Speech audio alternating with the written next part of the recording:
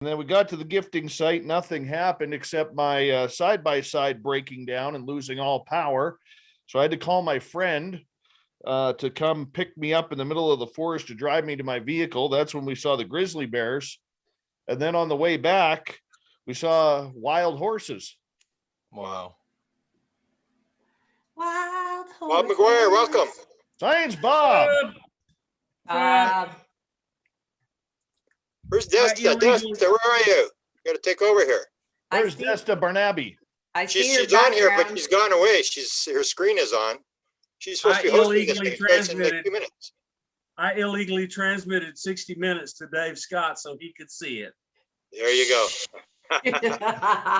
Not that he missed too much. Holy shit. Oh, man. I tell you, what's sickening is the reaction from UFO Twitter right now. I haven't even clocked in with them. You can cover that tonight, Dave. You would swear that they just lost their virginity all over again. Okay.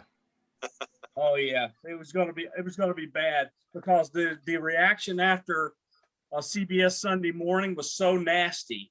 I went, oh my God, after tonight, oh my Lord. It was just all, I didn't even go look because I knew what it was going to be like. Yeah. People are in a nasty mood. Yeah. Cheryl, Hi, Bob. how's it going? Oh, up to my butt in alligators. I bet you are. Glad the book is out. Hey, I just had 3 crates of 40 books delivered to my living room this afternoon. Woo-hoo. Hey, Desta. Hi, Desta. How long till we get going, Grant? Hi, Desta. Desta is now the host. But I didn't know that. I didn't realize I had to have a corded like Ethernet thing. So I'm just working on this. So I'll be a sec, okay? Okay. Because I do, right? Grant, is this going to be live streaming on your White House UFOs? YouTube, and then everybody's going to put it on Facebook. Get the link. Desta, you can put it in the chat box, I guess. I'll just use this for our next episode, if that's all right with you. What's that? I said I'm just going to use this for our next episode, if that's all right with you, Grant. There you go. Yeah. Jeff, do now you Desta's gone again. We may not have get permission to record if anybody needs permission. Okay, well, Desta's back. Give Nicole's permission to record when you got a moment. I think I still have it, but if you do? Okay. or Dave or Cheryl, if anybody else wants. Oh, let's give it to Jeff too. Please, yeah. I was Cheryl and Dave Scott and Bob McGwire. I don't really know you guys. Dave, I spoke to you through Facebook briefly the other day asking for an interview. I haven't had a chance to email your handler there. But it's nice to meet you guys. I'm just a host of a tiny little show. I don't know what I'm doing amongst you giants here, but thank you, Grant, for inviting me. I'll be right back, guys. You're a military guy. You give the perspective. Yeah, I've got that disgruntled veteran side that you. That's why I've got the Pentagon in behind. The cynical. Bring a tear to your eye. I have no problem playing the heel if you guys just want to pitch it to me when it's time to complain. No, good things are happening. Jeff, you need to check out Grant and Cheryl's latest interview too. Then you'll know all about Cheryl. I actually have read a couple of your articles. I don't know where I was, but I was in New York somewhere. Did you work in New York somewhere? Yeah, I was a columnist up here in Syracuse, New York for 7 or 8 years. Okay, because I was in Watertown visiting an old friend in 10th Mountain. He was in 10th Mountain. Okay. Yeah, and it was it was nice to see something like that in the paper or so whatever I was reading. I can't even recall what I was reading at the time. It was called the column was called New York Skies, and we ran it from 2013 through 2019. Oh, right on. Congratulations. How's everyone doing tonight? Doing fine. Grant, can I just ask? So since I'm the one that's making it go to live, I'm the one that has to have the Ethernet, right? Like, do I have to really make sure that this is working? Because I can't tell. You have to have the Ethernet? What do you mean by that? I have to make sure that I have a hardwired, like to make sure that I would recommend it, yes. I should be the one, right? Because I'm the one that's streaming to YouTube.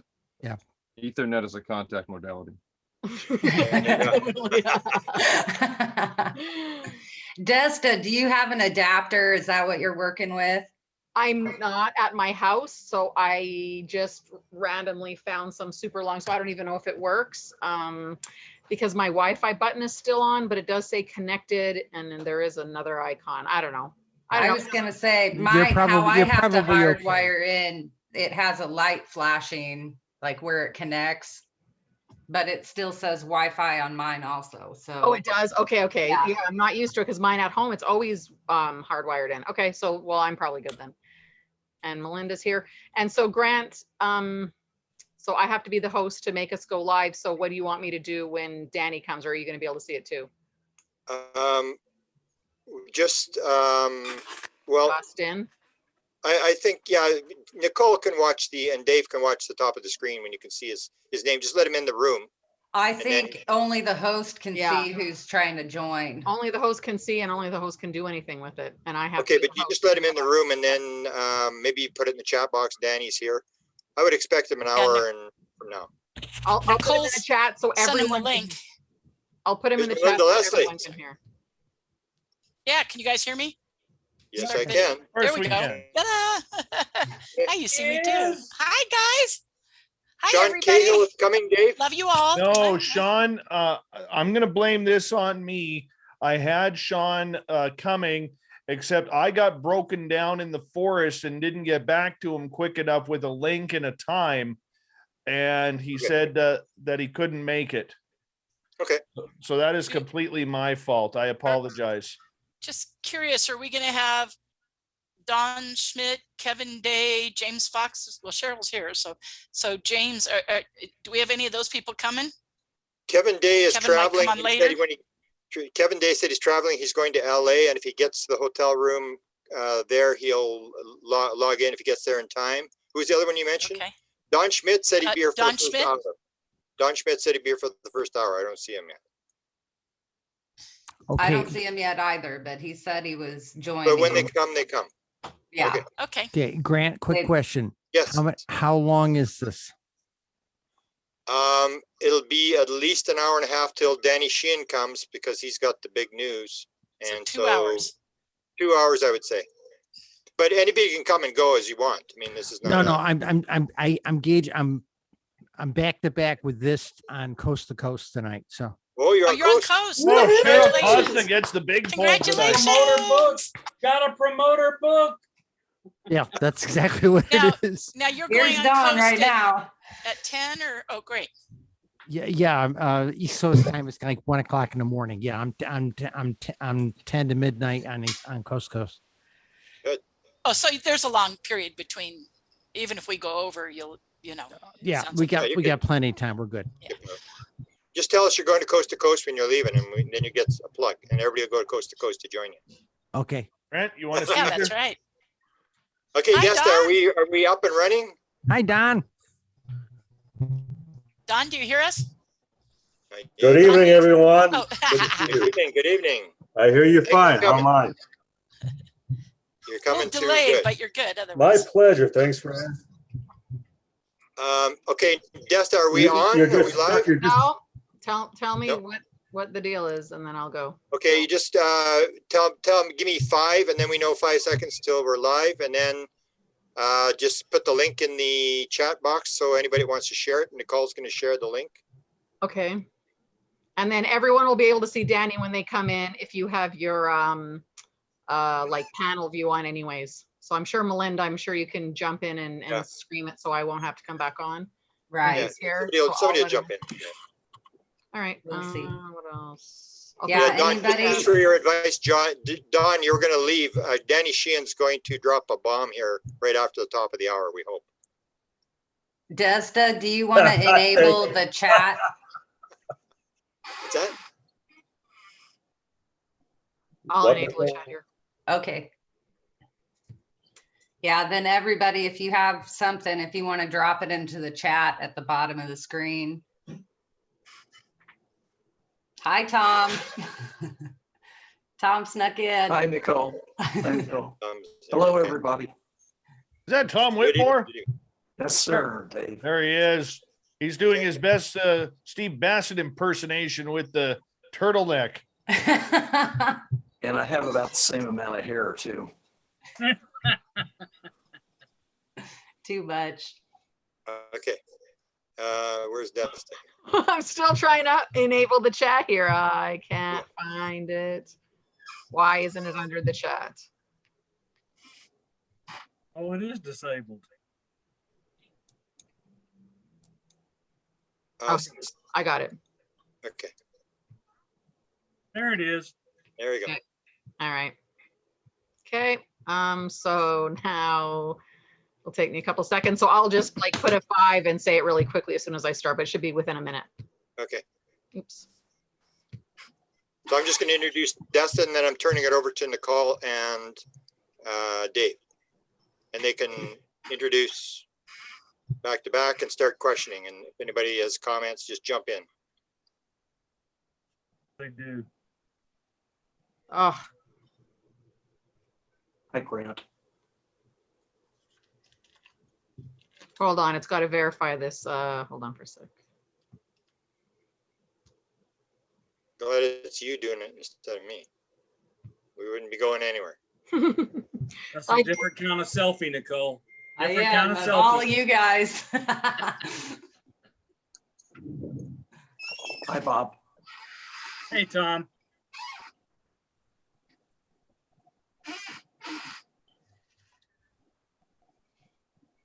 I kind of Hi, Cheryl. like it in this view. Okay, it's going to be within a couple seconds here now. Okay. Now streaming. Okay, good morning, good afternoon, good evening, wherever you are in the world. This is Grant Cameron, and welcome to the 60 Minutes post-game show. We've gathered some of the best researchers around to do an analysis of what just happened on 60 Minutes. And for people who've been following Twitter and Facebook, we're going to have a special guest join us at the top of the next hour. And I think we got a story that's better than 60 minutes. So stay tuned, or if you got to go somewhere, come back in the next hour and listen to what's going to happen. I just want to do one introduction today. I have my assistant, Desta Barnaby, who's running the show here. She's in the background. And just for people, a lot of people ask me, who was that person who took the blue anomaly over the house? Well, it was Desta Barnaby. Can you open your mic there, Desta, and give people a little bit of detail as to what happened with that photograph? Even Bob McGwire was asking me, who took that photo? That you took a series of photos. Tell me about the photos. Oh my God. It's just, I did a meditation and went out and took a couple pictures. That's it. It was pretty cool. You had the 3 little blue balls flying over top of your house there. Yeah. And so it was really good. And so now everybody knows who took the photos. Thanks a lot. Okay, now I want to turn it over to my 2 hosts for tonight that are going to sort of run the show and ask questions and move the chat around. My one is an assistant that helps me out of Illinois. I always sort of claim that she's the great-great-granddaughter of Abraham Lincoln, but she claims she's not. Nicole Sackage, how are you doing tonight? Hi, Grant. I'm doing well tonight. There you go. And you got the strange lighting behind you. You look like you're in another matrix dimension or whatever. You got your ambient lighting. I might be. Hey, thanks for helping to host this. You're the one that actually suggested this. And then the 60 Minutes thing came up and it actually fit in just perfectly that you wanted to do this disclosure panel. So thanks for helping me out here. And the other one I have is my friend who has the biggest paranormal UFO radio show in Canada from Spaced Out Radio, Dave Scott. How are you doing? I am great, Grant. Thank you so much for having me take part in this. Beautiful. I know you guys like this. I don't like the hosting part, so I'm going to hand it over to 2 of you, and you can introduce the guests that we have, and we'll go from there. Nicole, you want to start? Sure. I'll just do a quick introduction. Joining us tonight, we have brilliant researcher Cheryl Costa, and we also have Jeff Kingsbury from the podcast Strange Recon. We are also joined with MUFON board member and MJ12 researcher Tom Whitmore, and we also have with us Melinda Leslie, researcher, experiencer, skywatcher extraordinaire. And we also have Don Schmitt, Mr. Roswell, and Bob McGwire with us as well of Science Bob fame from Spaced Out Radio. So Dave, was there anything you wanted to include? We have a few others joining us later tonight, so we'll introduce them as they come in. I think when it comes to a panel like this, we have to take a look at the resumes of each and every one of them that are on this panel. And I think this is absolutely second to none, where we can gather this much UFO brain power in one location and have a sweet, frank discussion on everything that has happened. Of course, tonight it is about 60 minutes, and the article that they just put out tonight, it was about 20 minutes long.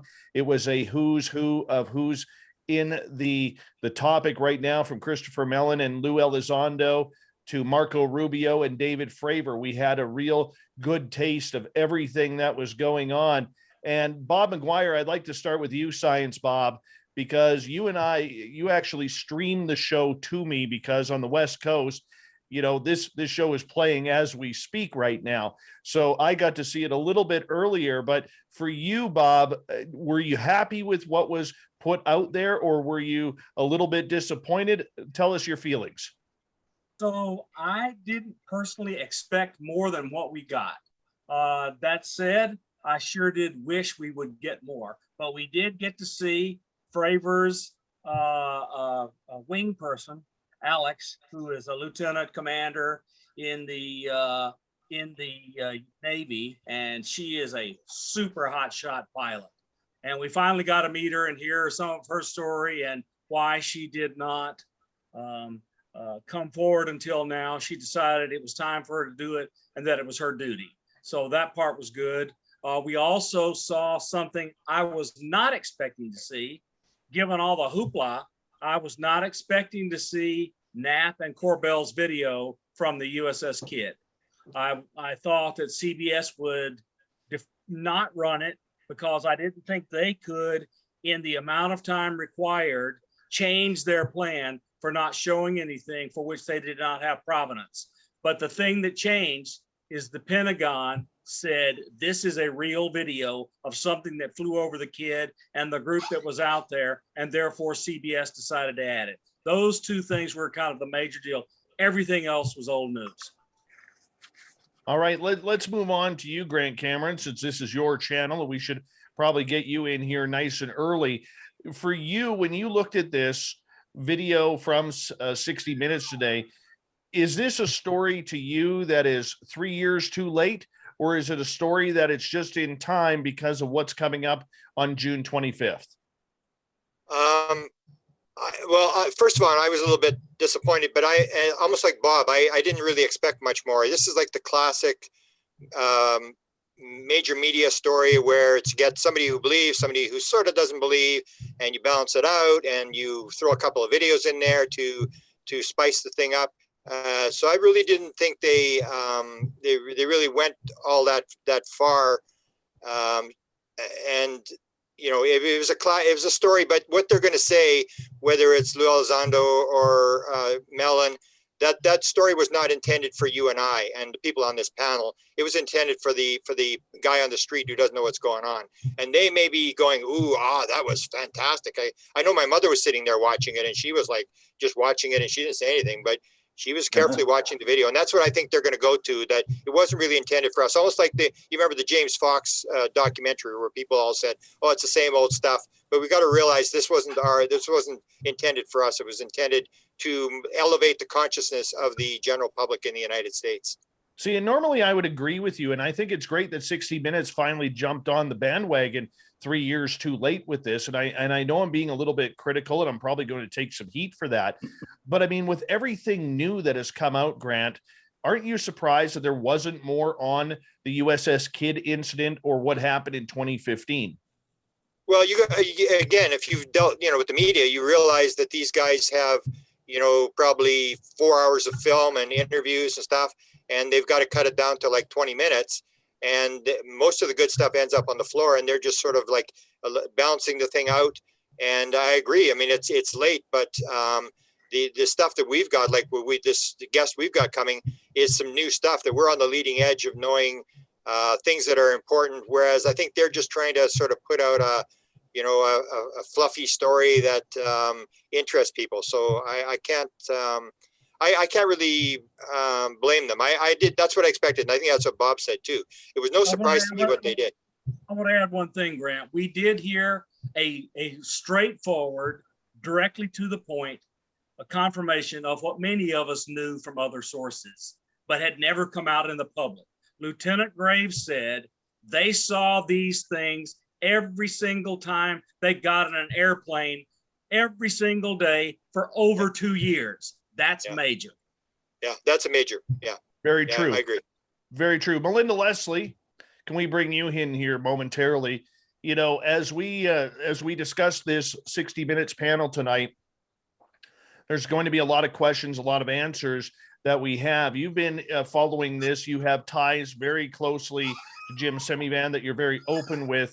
For you, looking at this piece, was this something that you were quite impressed with?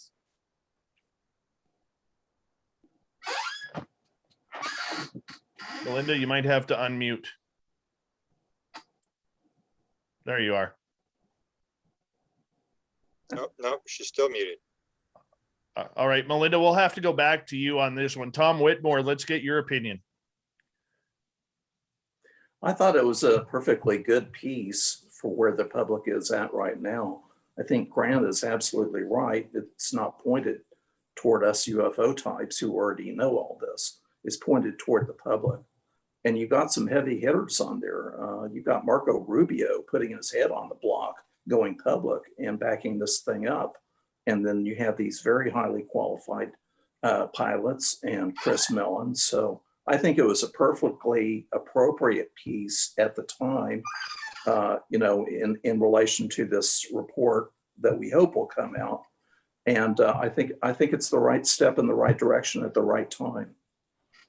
All right, Cheryl Costa, you have a brand new book out regarding UFOs and statistics, and you will actually be appearing on Coast to Coast AM later on tonight. So we should plug that for you if anybody after this wants to listen to your incredible knowledge on this subject regarding UFOs and the statistics. For you, as one of the only real journalists that are covering this field of ufology, did 60 Minutes hit it out of the park with the public? I think so. I really do, because if you saw the piece they did this morning, the other show that on CBS, it was fluff. It was all hedging their bets on, are these things really real? Ha ha ha. That was the attitude they had. I was expecting 60 Minutes to take this seriously. They had the thing, last year or so, or a year or two, whenever it was there with Bigelow. Okay. I wrote them several times and said, look, can we get a dialogue going here? And crickets, so I wasn't sure they were going to come out about this, but so much has come out recently. I think it was appropriate.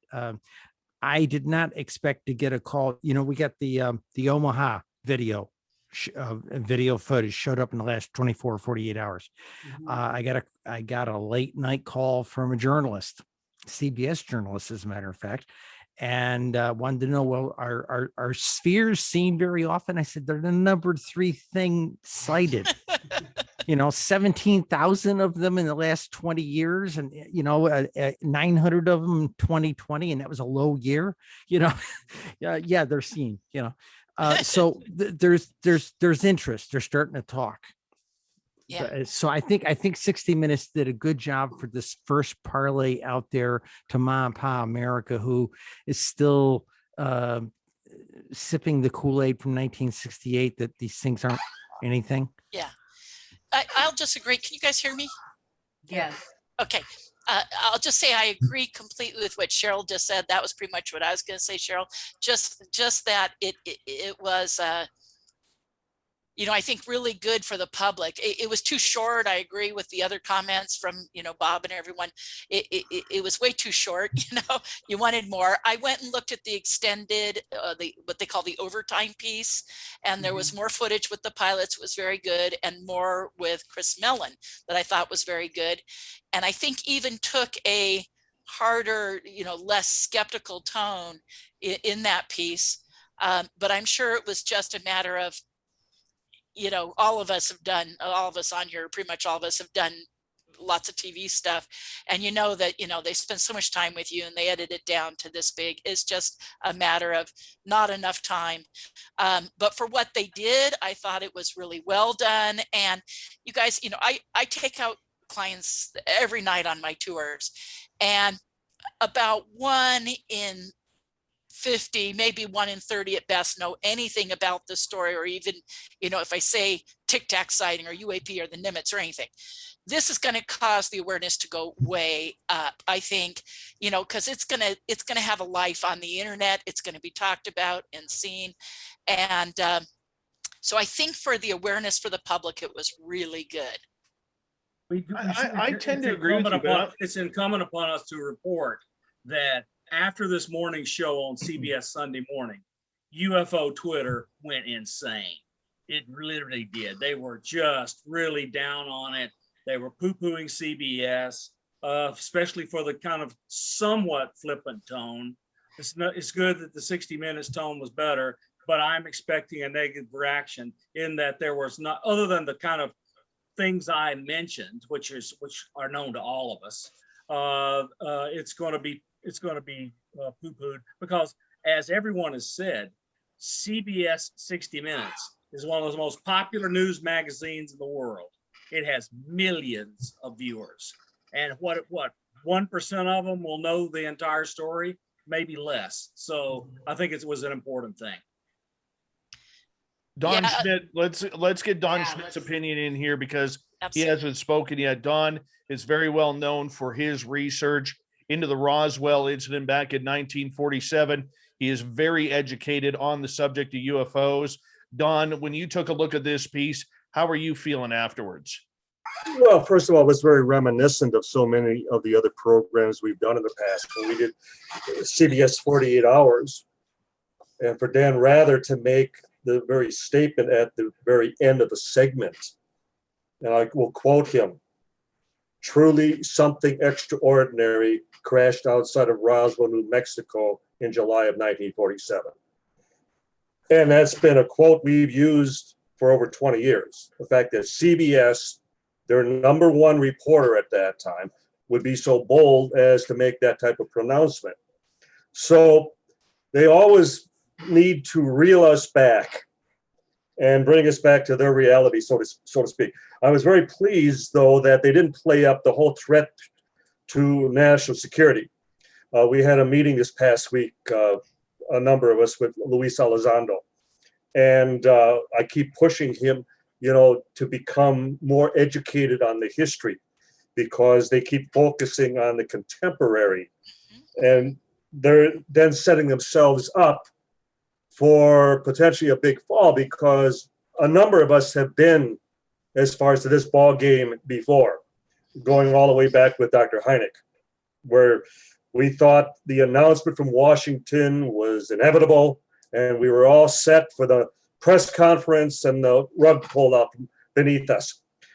The fact that they played up the reality of these unknown objects, the fact that they allowed and they did not edit out Elizondo talking about the G-forces and the speed, and as far as the classic, descriptions that we've all heard about lack of propulsion and wings and tail section and everything. So they drove home the point that we were potentially dealing with something non-conventional. And in the past, everything else, well, if it's involving national security, certainly, this is something that should involve everyone. We should all be concerned. And even, Marco Rubio, where he has said in the past that we should be more concerned if it isn't extraterrestrial, because then we're in trouble. Then we're dealing with someone else's technology, and we have a lot of catching up to do.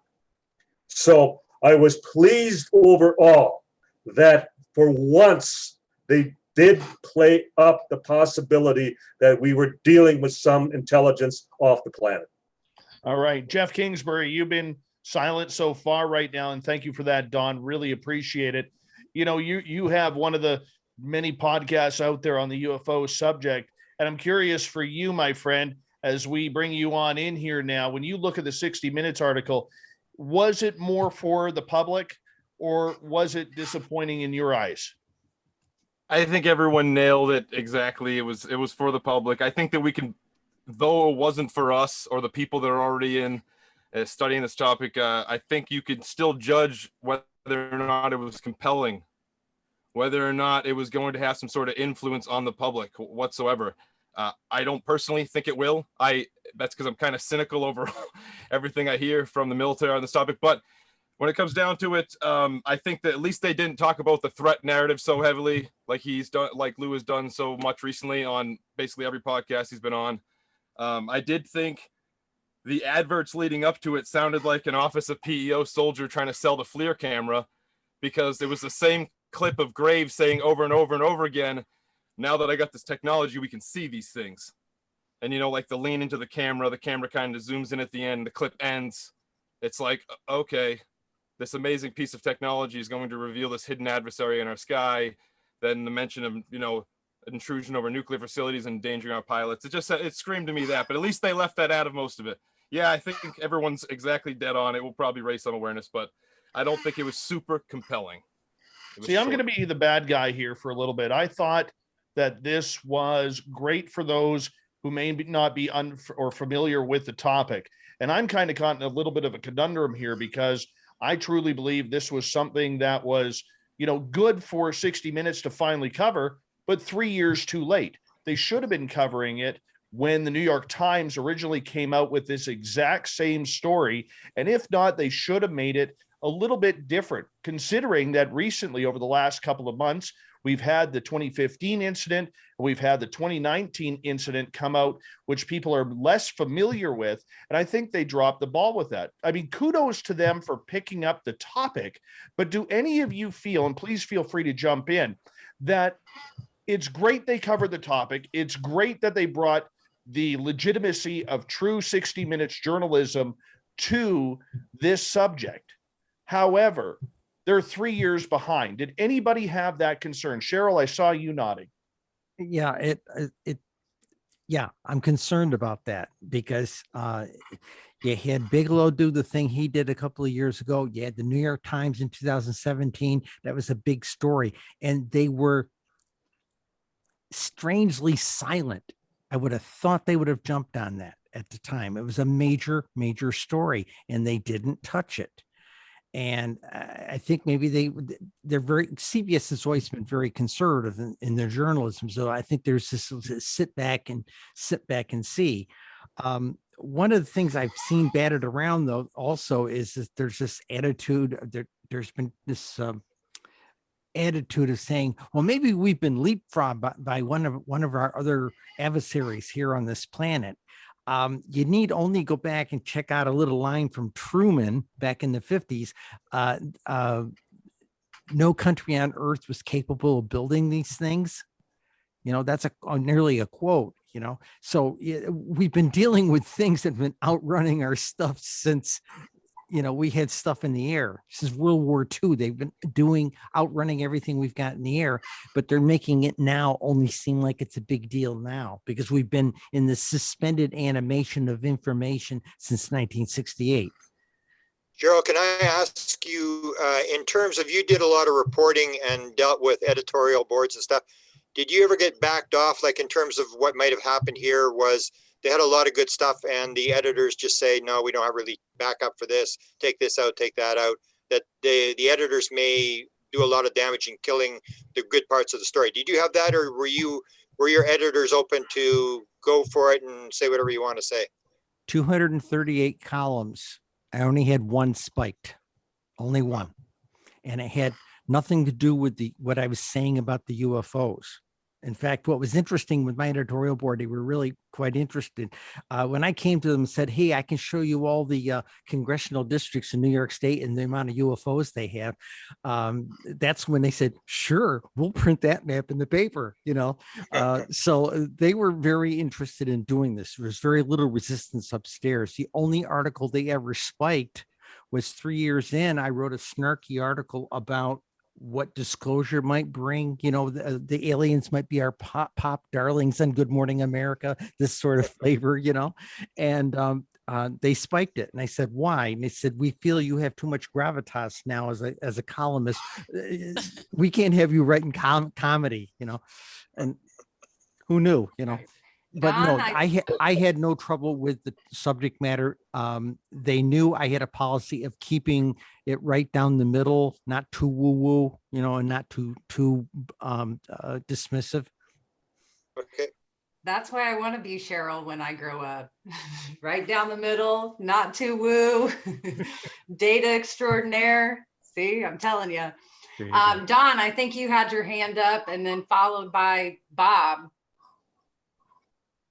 Okay, as far as CBS being late for the dance, I think it's nothing. It's simply a case of it was a preemptive, approach on their part. They wanted to be ahead of the game as far as before the congressional report from the Pentagon, and they can either say we told you so, or well, we've been on this all along. So we're stepping up to the plate, so to speak. It's still the program is still better than if you consider what Peter Jennings did to us with that 2-hour primetime special on ABC a number of years ago, and it was a total hatchet job as far as at least what they did for our participation and what they did to Dr. Edgar Mitchell, for example. So at least they brought out heavy hitters tonight, and they certainly can speak well enough for themselves. And who's to question as far as the level of these pilots and the responsibility that they have in just securing the national security of our country. And as we've often credited such people, what better as far as witnesses can we potentially have?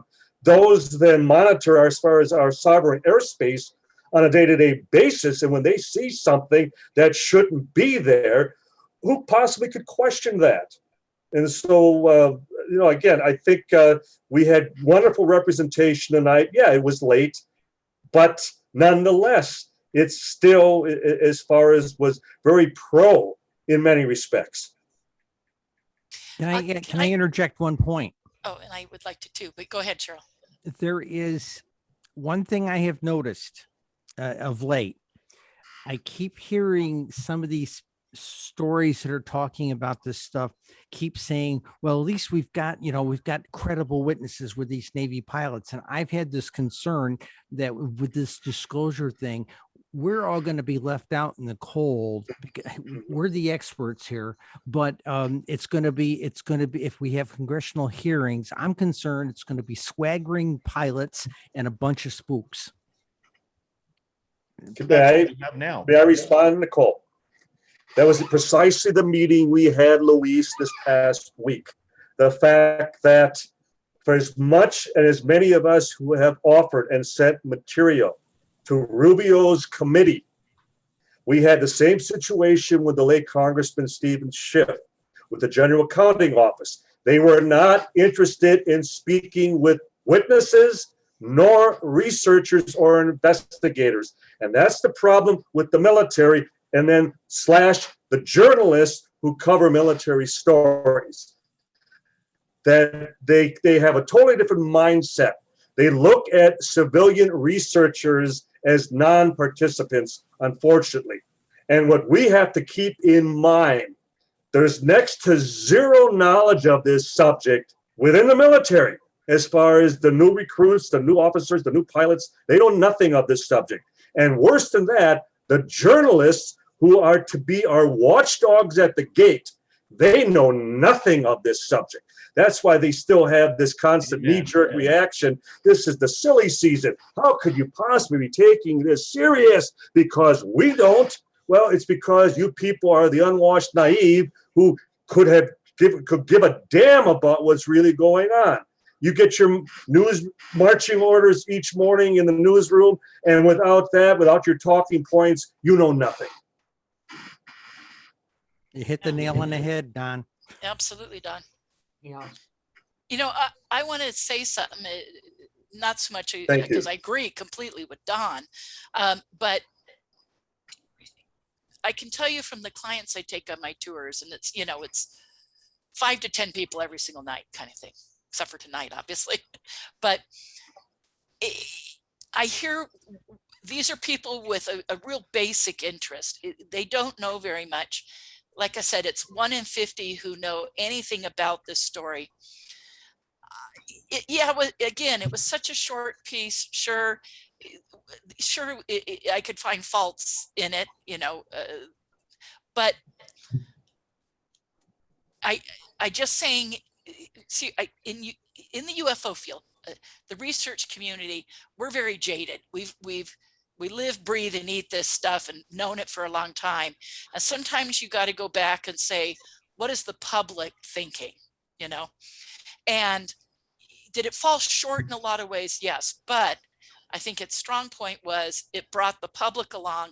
And you guys, again, like Donna said repeatedly, you look at how TV has dealt with this subject in the past. And we're having a sea change in the medias, and we can say they're at fault in so many ways, sure. But you can also turn and look at it and go, wait a second, we are getting serious media attention on this subject and on these Navy releases, on these pieces of footage. Every day, a friend of mine told me today, because I keep posting stuff on Twitter and I'm trying to keep up on every once in a while. So a couple days go by, I fall aside, and then I get involved in Twitter and Facebook and posting stuff.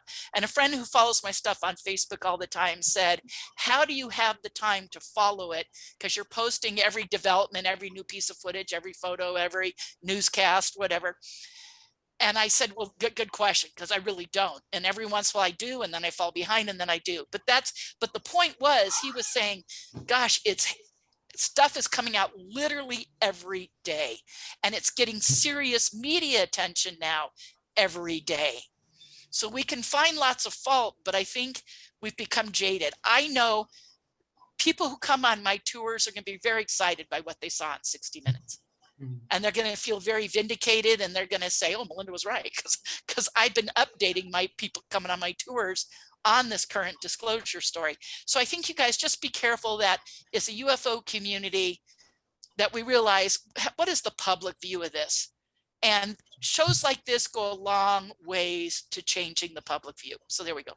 Let me drop in with a question for everybody. We see the numbers are 9 million that watched the show tonight. Do you think this helped? Because when we saw it coming, and I remember Dave telling me about this a couple of weeks ago, we thought it was the second coming of Jesus. I mean, the way people are talking about it, like 60 Minutes, we're going to watch 60 Minutes. Everybody tune in. It's like, so do you think this moved disclosure, the ball down the field? How much effect do you think this is going to have on this initiative by Lou Elizondo? And I can make a point that I had in my podcast today where I said, this is nothing new. This started in 2015 with Tom DeLonge and Hillary Clinton started talking about it. Podesta was talking about it. In 2016, I was told the big man is going on 60 Minutes. And I put that all in a book that was published in February of 2017. That was 8 months before Elizondo and all these guys came public. Semivan, I identified Semivan. So in 2016, they were already talking about this thing that the big man was going to go on 60 Minutes. And I believe they meant Semivan and not Elizondo. But so my question is, how much do you think this moved the ball down the field? Are they actually making some progress in terms of getting articles out and talking to major media? Because this seems to me a planned effort by somebody above Elizondo, that this is orchestrated, and they're moving this thing out to and how well a job are they doing based upon what we saw in the last, not just in 60 Minutes, but the last couple of articles that have come out? Well, Grant, I'm gonna throw a little humor in on this, because Tom DeLonge on Twitter 4 hours ago posted this. For the record, at To the Stars Academy started all of this. I was surrounded by heroes that came out of the shadows of CIA, DOD, and Lockheed Martin Skunk Works. Together, we changed the world, and its effect, which will be felt as a downpour of reality-changing information for years to come. So we obviously know that Tom is taking full credit for this. And I say that quite frankly out of a little bit of a laughter here, because I don't think for a second, maybe it's just me, but I don't think for a second that Tom really set this up on his own.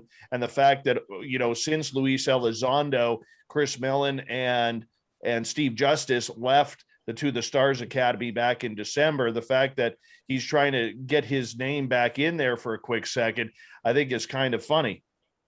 Well, I'm just making the point that we have to give some credit to Tom DeLonge and to Hillary Clinton and John Podesta and Obama, because I think that's where it came from. These things do not fall out of the sky. Bob can maybe answer that. I mean, this is not something that is making it look like in the last 6 months, suddenly the American military found a religion and suddenly they're going to disclose. And I wrote this in a book in 2017. Exactly what has happened tonight is in my book in 2017. I said this was all going to happen and nobody believed it. And I kept getting told, because I had inside sources, and they kept saying, they're going to drop this thing. They're going to drop this thing. And then when Hillary lost the election, I said, okay, is it over? Is the big drop going to happen? And he said, no, it's still on. It's going to be bigger. There's a lot of people involved, and a number of high-level officials in the government are going to go public, and they're going to bring disclosure. That is exactly what has happened. So I want to point out a couple of things. First of all, 9 million viewers is a typical CBS 60 Minutes number. They have about 9 or 10 million every week, but it's 9 or 10 million people that don't know a thing about UFOs. So that will move the needle. That's enough to move the needle. Okay, that's number one. Number two, 60 Minutes, talk to Rubio, talk to Elizondo, talk to Mellon, and they missed a very important development and point that happened in the last month. The single most important development at the official government level is that someone stirred the friggin' pot and got an inspector general to blow open the doors at the Pentagon. Now, most people do not understand what the inspector general is. The inspector general is a person that sits inside of every department, every agency inside the United States government, and they are completely independent of the direct political leadership inside there. They can open any door. They can go through every crack. They can have subpoena power. Nobody can block them. And if they do block them, they can call the right person, and the president of the United States will order the door open if things work right. And at the end of the day, the president of the United States is about the only person who can fire one of these inspector generals. So whoever it is at the Pentagon and the DNI, going to them and saying, we don't think you're actually doing what you're supposed to. Where are you, Air Force, and so forth and so on. I think that is going to turn out to be the most important thing we have heard in the last month. Okay. So I can't wait for the effect. Yeah, and so just to give people a heads up, that is our witness that's coming on. We'll be talking about that, and I think he's going to clarify there was actually 2 complaints. There's 2 investigations going on, Inspector General investigations. So he will talk about that. But I'm glad you pointed out the fact that the Inspector General is the powerful guy. It's not like you can play a little game. He can go where he wants. This is extremely powerful guy that is now in the game. I want to remind people one piece of history.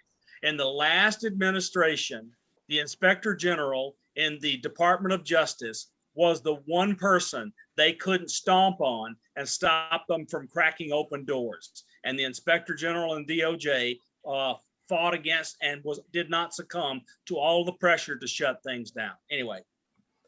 Well, I can say this.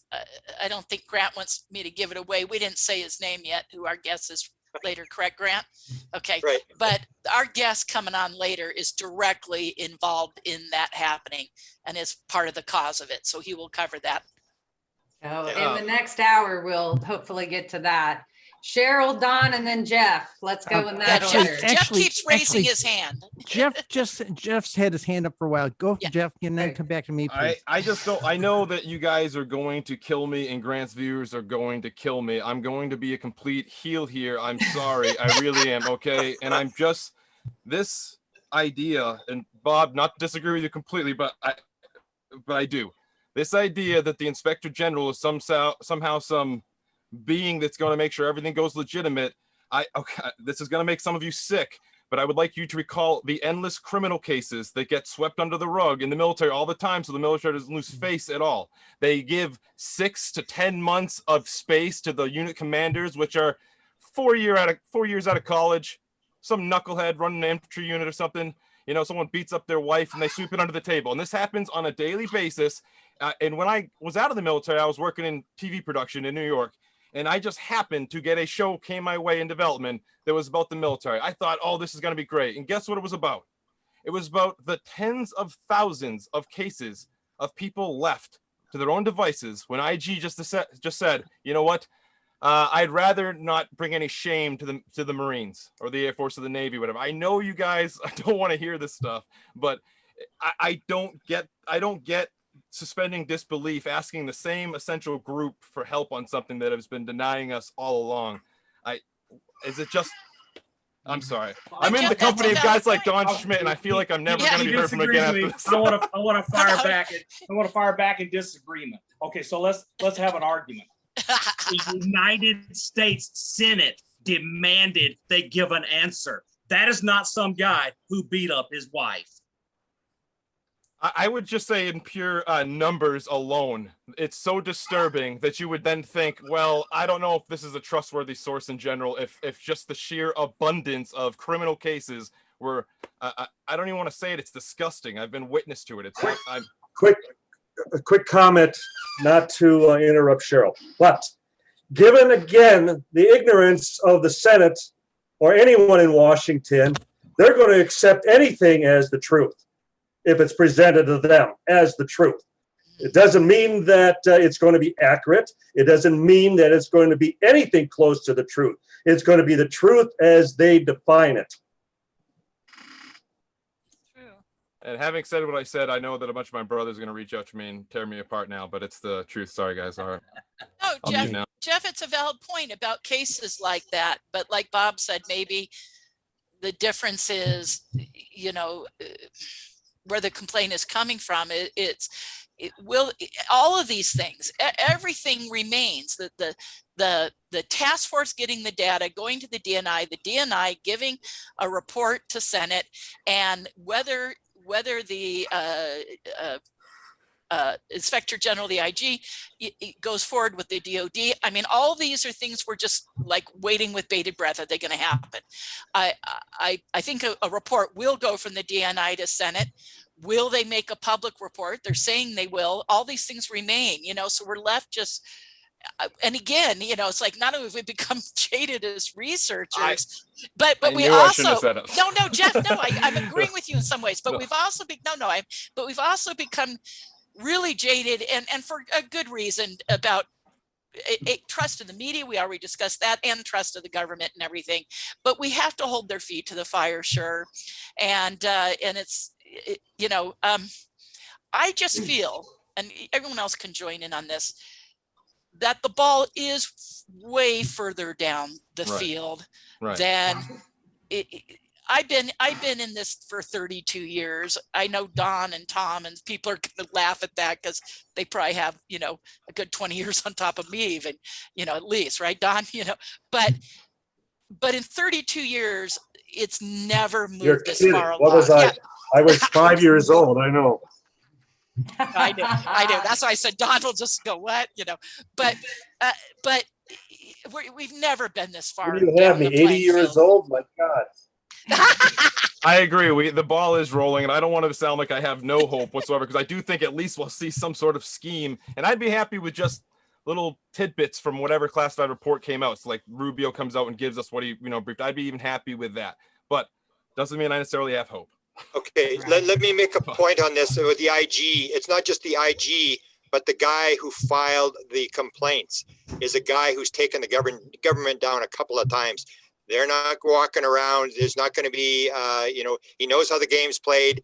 He's taken on a lot of big times. And when I heard it, I just said, oh my God, we could actually win this thing. When I heard who is filing the complaints, you can, if you're an inspector general and nobody's putting your feet to the fire, but this was filed by somebody who knows how the game is played. Okay, well, here's my thinking on these IG. When I saw that article come out, my spouse could hear me rant in a happy way. The lawyers are involved. Okay. And my thinking was this.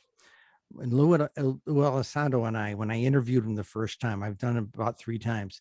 When I interviewed him the first time, one of the conversations we had was about the fact that he couldn't get things up to Secretary Mattis. He kept stopping in middle level management someplace.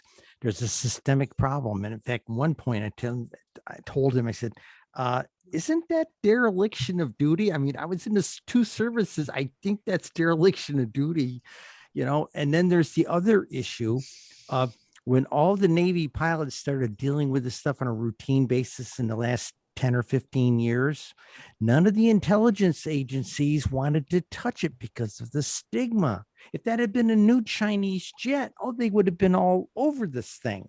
So again, there was the stigma thing, but the duty still had to be accomplished. The research or whatever, the intel stuff had to be looked at. And it wasn't. There's dereliction of duty at a systemic level here. Okay. And I think the IG will get to that. I know they don't always get to all the domestic abuse cases, but they do go after systemic things. And I think this will be a good thing. Cheryl, I'm with you in that someone I know involved who, again, who's going to be our guest, you know, and when he gets into it, he'll explain, I think, exactly what you were just saying and why they think it'll make a difference and what they're planning to do with it. I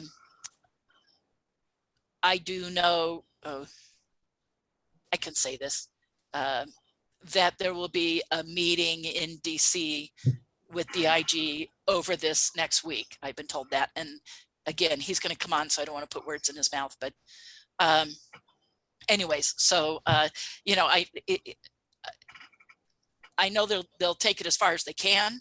And like Grant said, this is someone with a real track record for making a difference, you know.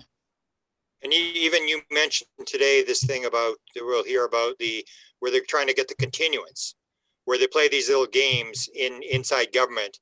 And when you get somebody who knows how the game is played, they can stop these little games. Because that's what we're hearing, is that they're going to try to get a continuance, which will take this thing off the table and nothing's going to happen. It'll just disappear.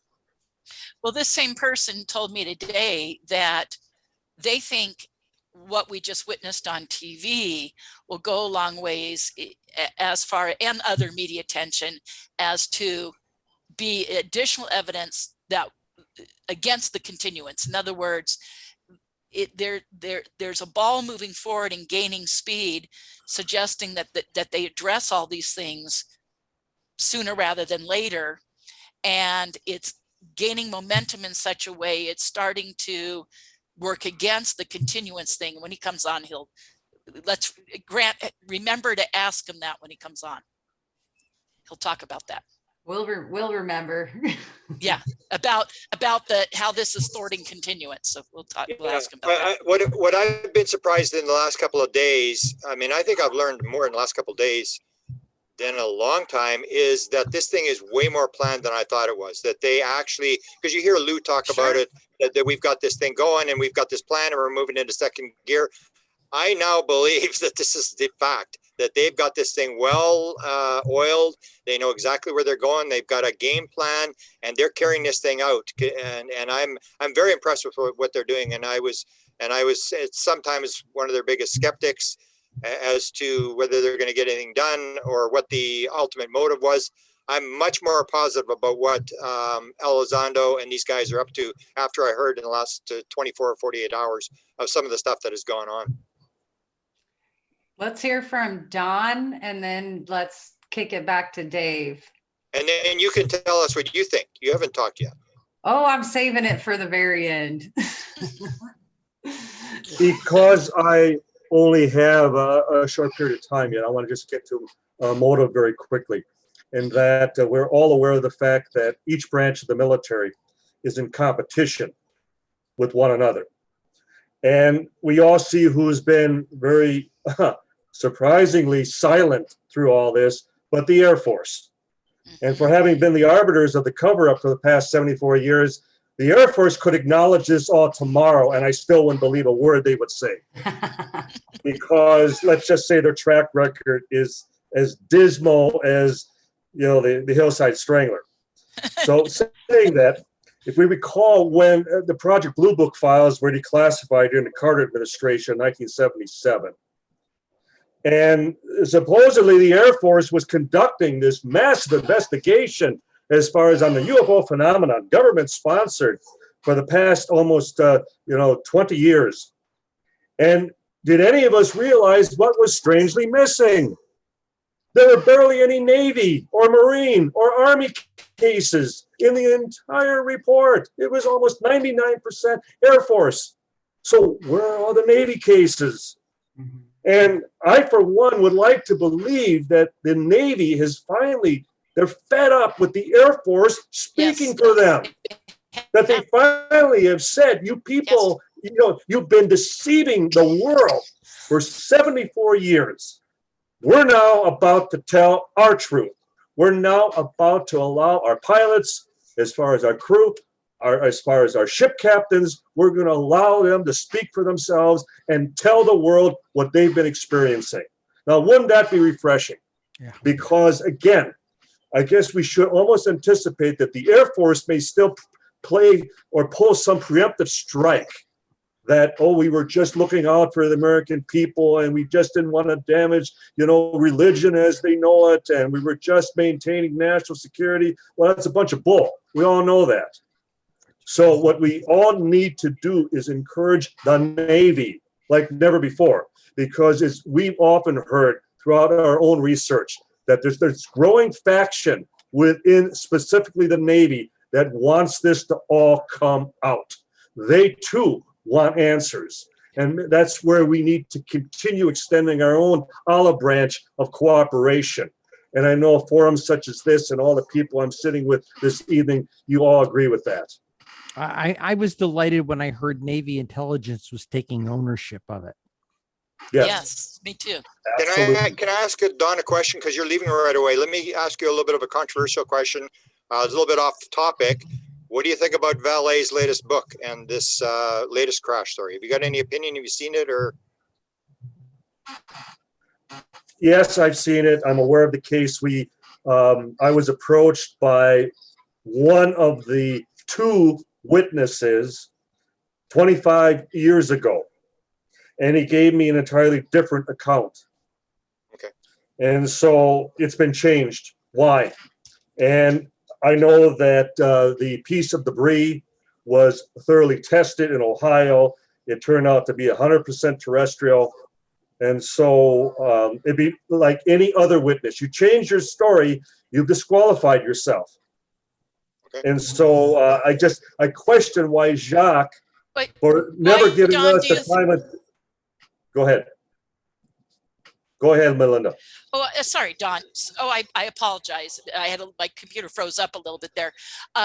Why do you think both Paula, but even more significantly, Valet has thrown in on this? What is Valet's interest in why this is a significant case? Well, first of all, I don't think it's a significant case. I find. But why would he? Is my question. Right, I know. Yeah. But I can assure you, I'm speaking to colleagues that I was with at Kufos with Heineck for years, and they're all scratching their heads right now. Why is Jacques, is he trying to, again, get into the limelight? Because I think we all would agree, if there would be one scientist in the field that the Rubio committee, the Senate Intel Committee, would want to talk to, it would be the likes of a Jacques Vallée.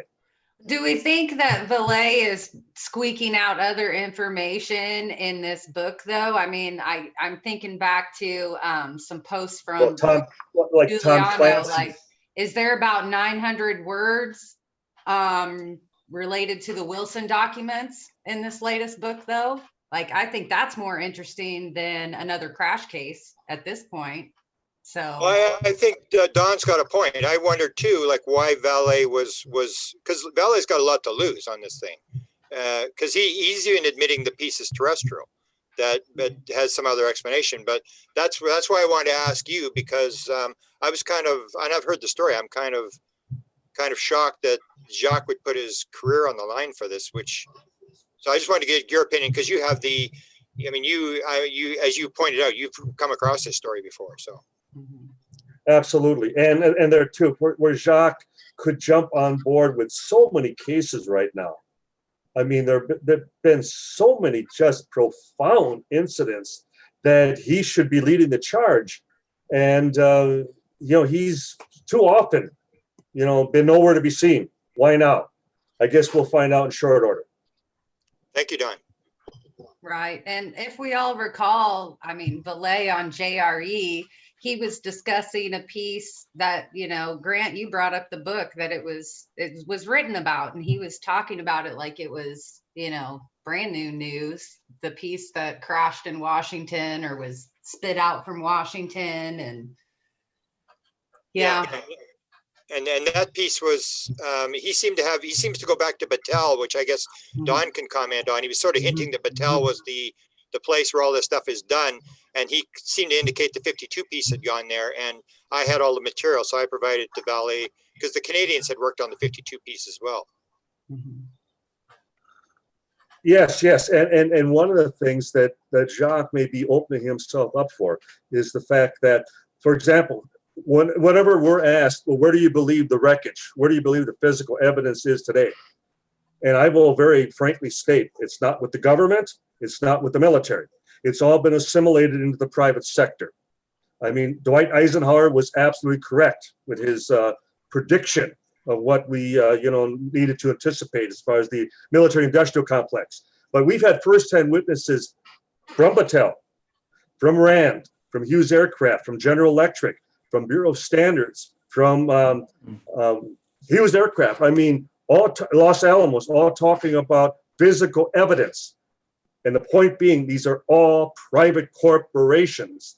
Maybe this is also a way to try to, once again, in the case of the military/Navy, get a handle on the situation, because they lost control of it decades ago. Maybe this is their way of, once again, asserting their authority on a subject that they should have the foremost, position on, and yet they lost it many years ago.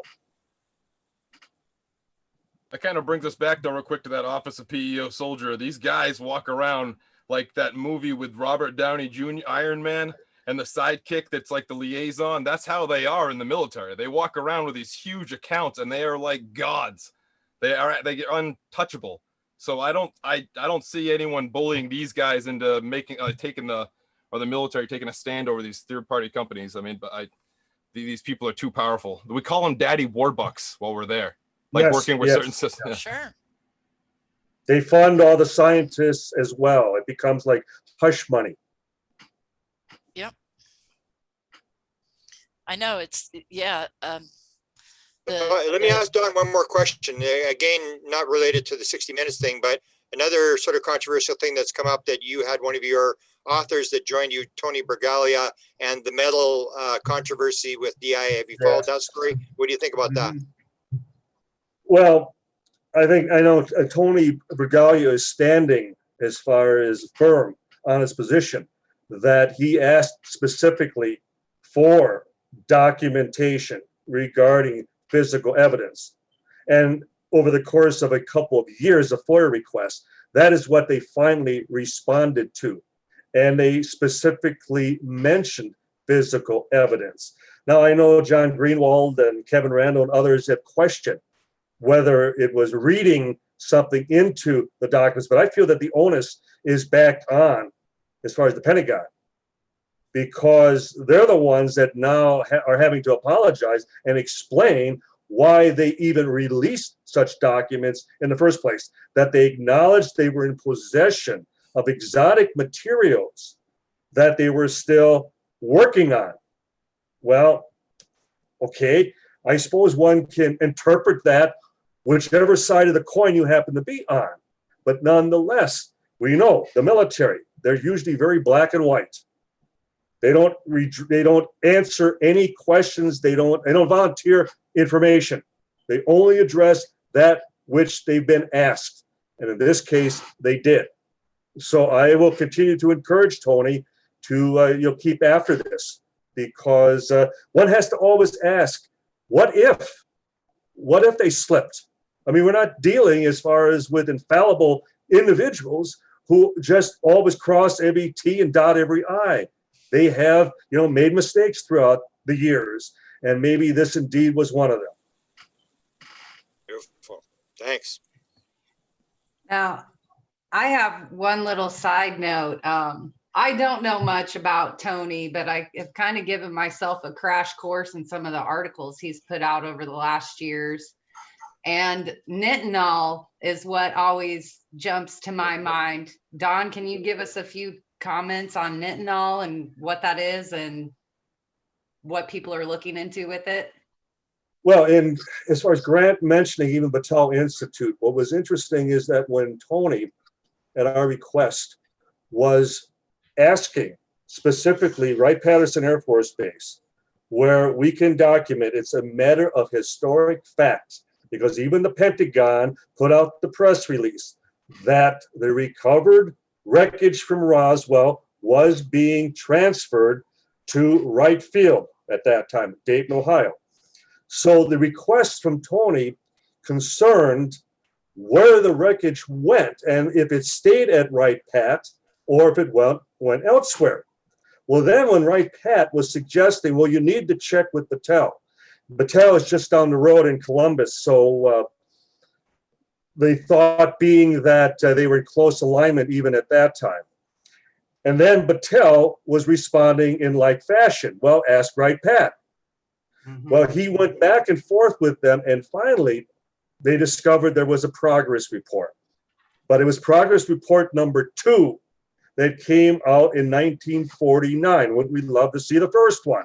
Well, the second one described how Wright-Pat, within weeks after Roswell, had requested that Battelle make a concerted effort to develop, and I will quote what they called it, self-healing metal. Well, what does that sound like? Sounds like memory material, doesn't it? But they called it self-healing metal. And so they came out as far as with their second progress report, with all of their failed attempts, their failed efforts. And then nitinol, which is a combination of nickel and titanium, was finally developed around in the mid-60s. And it's used mainly for surgical equipment, but you have to heat it and it becomes very pliable, becomes almost like taffy. And then you cool it down and it will assume its original shape and durableness, its hardness. So again, the question is this a result of the recovered material at Roswell, or is this just merely coincidence? And I'm sorry, and I will agree with Melinda as far as all the years, because you finally reach a point in your life that you start to discount coincidence, that after a while, everything is for a purpose. It's an agenda. And we're certainly seeing that today, that there's an agenda behind all this. And even tonight with 60 Minutes, there was an agenda as far as their involvement. I agree, Don. And, one of the things that we have been discussing quite frequently over the last 6 weeks on Spaced Out Radio, and Bob McGwire and I had a topic of conversation about this recently, is why now? Why all of a sudden, after 70 years of cover-ups, after 70 years of making people look like fools, putting people in psychiatric facilities, and even worse, making fun of people, why now? That is the most underrated question that we have going right now in this entire field when it comes to the UFO phenomena. Look, we could sit here, we could hear all of the military stories all we want, but still the fact is we know this story has been covered up for decades, and they have made us look like fools, people researching this field. So for the fact that the government is now trying to play the hero with some sort of agenda, I agree with you on that, because the way I look at it, and I could be totally wrong on this, but there is only two reasons that there is the reason why they are bringing this up right now. Pardon me. Okay, number one, we could go with Dr. Greer's fact of this could be some sort of fake alien invasion false flag. I don't False buy flag, that personally, but that's one. The other one is we have been contacted. They have given us a date, whoever they are, and now we have to set in the process to try and make sure we understand that we are prepared and the people of this planet are prepared for what could be coming within the next 5 years to 50 years. We don't know. Now, a lot of people will say, oh, Dave, that's just conjecture, but there's no sense. And this story makes no sense as to why now there is all of a sudden all of this reasoning that we have to be taking UFOs seriously. And Dave, I would agree certainly as far as a false flag situation, and that would be strictly for a political agenda. Whereas if we're talking about anybody in this chat, this room tonight, who believes that the government / military is doing this for the public's well-being, or more unlikely that they're doing it for ufology's well-being. We're kidding ourselves. That's where, and you're right, Dave, we have to question, why now? Why are they doing this? Because it is not for our agenda, it is their agenda. I think it's because Mellon and Elizondo have checkmated DOD. Good point, Tom. Close. And Come on close. that note, everybody, I'd like to welcome to our discussion Mr. Danny Sheehan and guest. Well, I can tell you who the other guest is with him. That's Mark Sims. And Mark Sims is becoming very well known for leading large CE5 events. And I'll make a prediction right here. I think when it comes to CE5, Mark and the work that he's doing is, and I know Dan will sit there and he'll probably agree with me on this, is going to surpass what Greer does with it, because if I see Cheryl give a thumbs up, Cheryl. You mean he's going to tell the truth? Yeah, because this gentleman here, Mark Sims, is a really, really great guy. I got to know him when he was just here in Sedona. And so that's why I smiled so much. And what a surprise, Dan, that you brought him on with you. That was very, very cute. I love it. So great to see both of you. And of course, Dan Sheehan. Hopefully everyone watching knows who he is. He did a wonderful presentation just recently for Jordan Peace and his Architects of a New Paradigm conference. And if you're not sure of Dan's whole background in the UFO subject, I highly recommend you watch his presentation for that conference, because it started with his involvement with the Carter administration, going forward into his involvement with Dr. John Mack, going forward into his involvement with Dr. Stephen Greer and the Disclosure Project, and then Stephen Bassett, and then all the way into what he's doing now, which is why I asked him, and Grant and I, asked him to come be a part of this panel today. So thank you. And it's such a pleasant surprise, Mark, that you're sitting there with them. I just can't believe it. I want to point out one of the most important First Amendment cases in the entire history of the United States of America would not have happened without my hero, Danny Sheehan. It was amazing.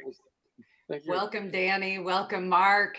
Far out, you guys. Beautiful introduction, Melinda. Oh, thanks. Well, I'm just so thrilled to have them both here. I know. I think we're all chomping at the bit. So let's just turn it over to look Danny like they're and joined at Mark the hip and tonight. Melinda. You're right. Well, we were in the neighborhood. We figured that we would Passing through.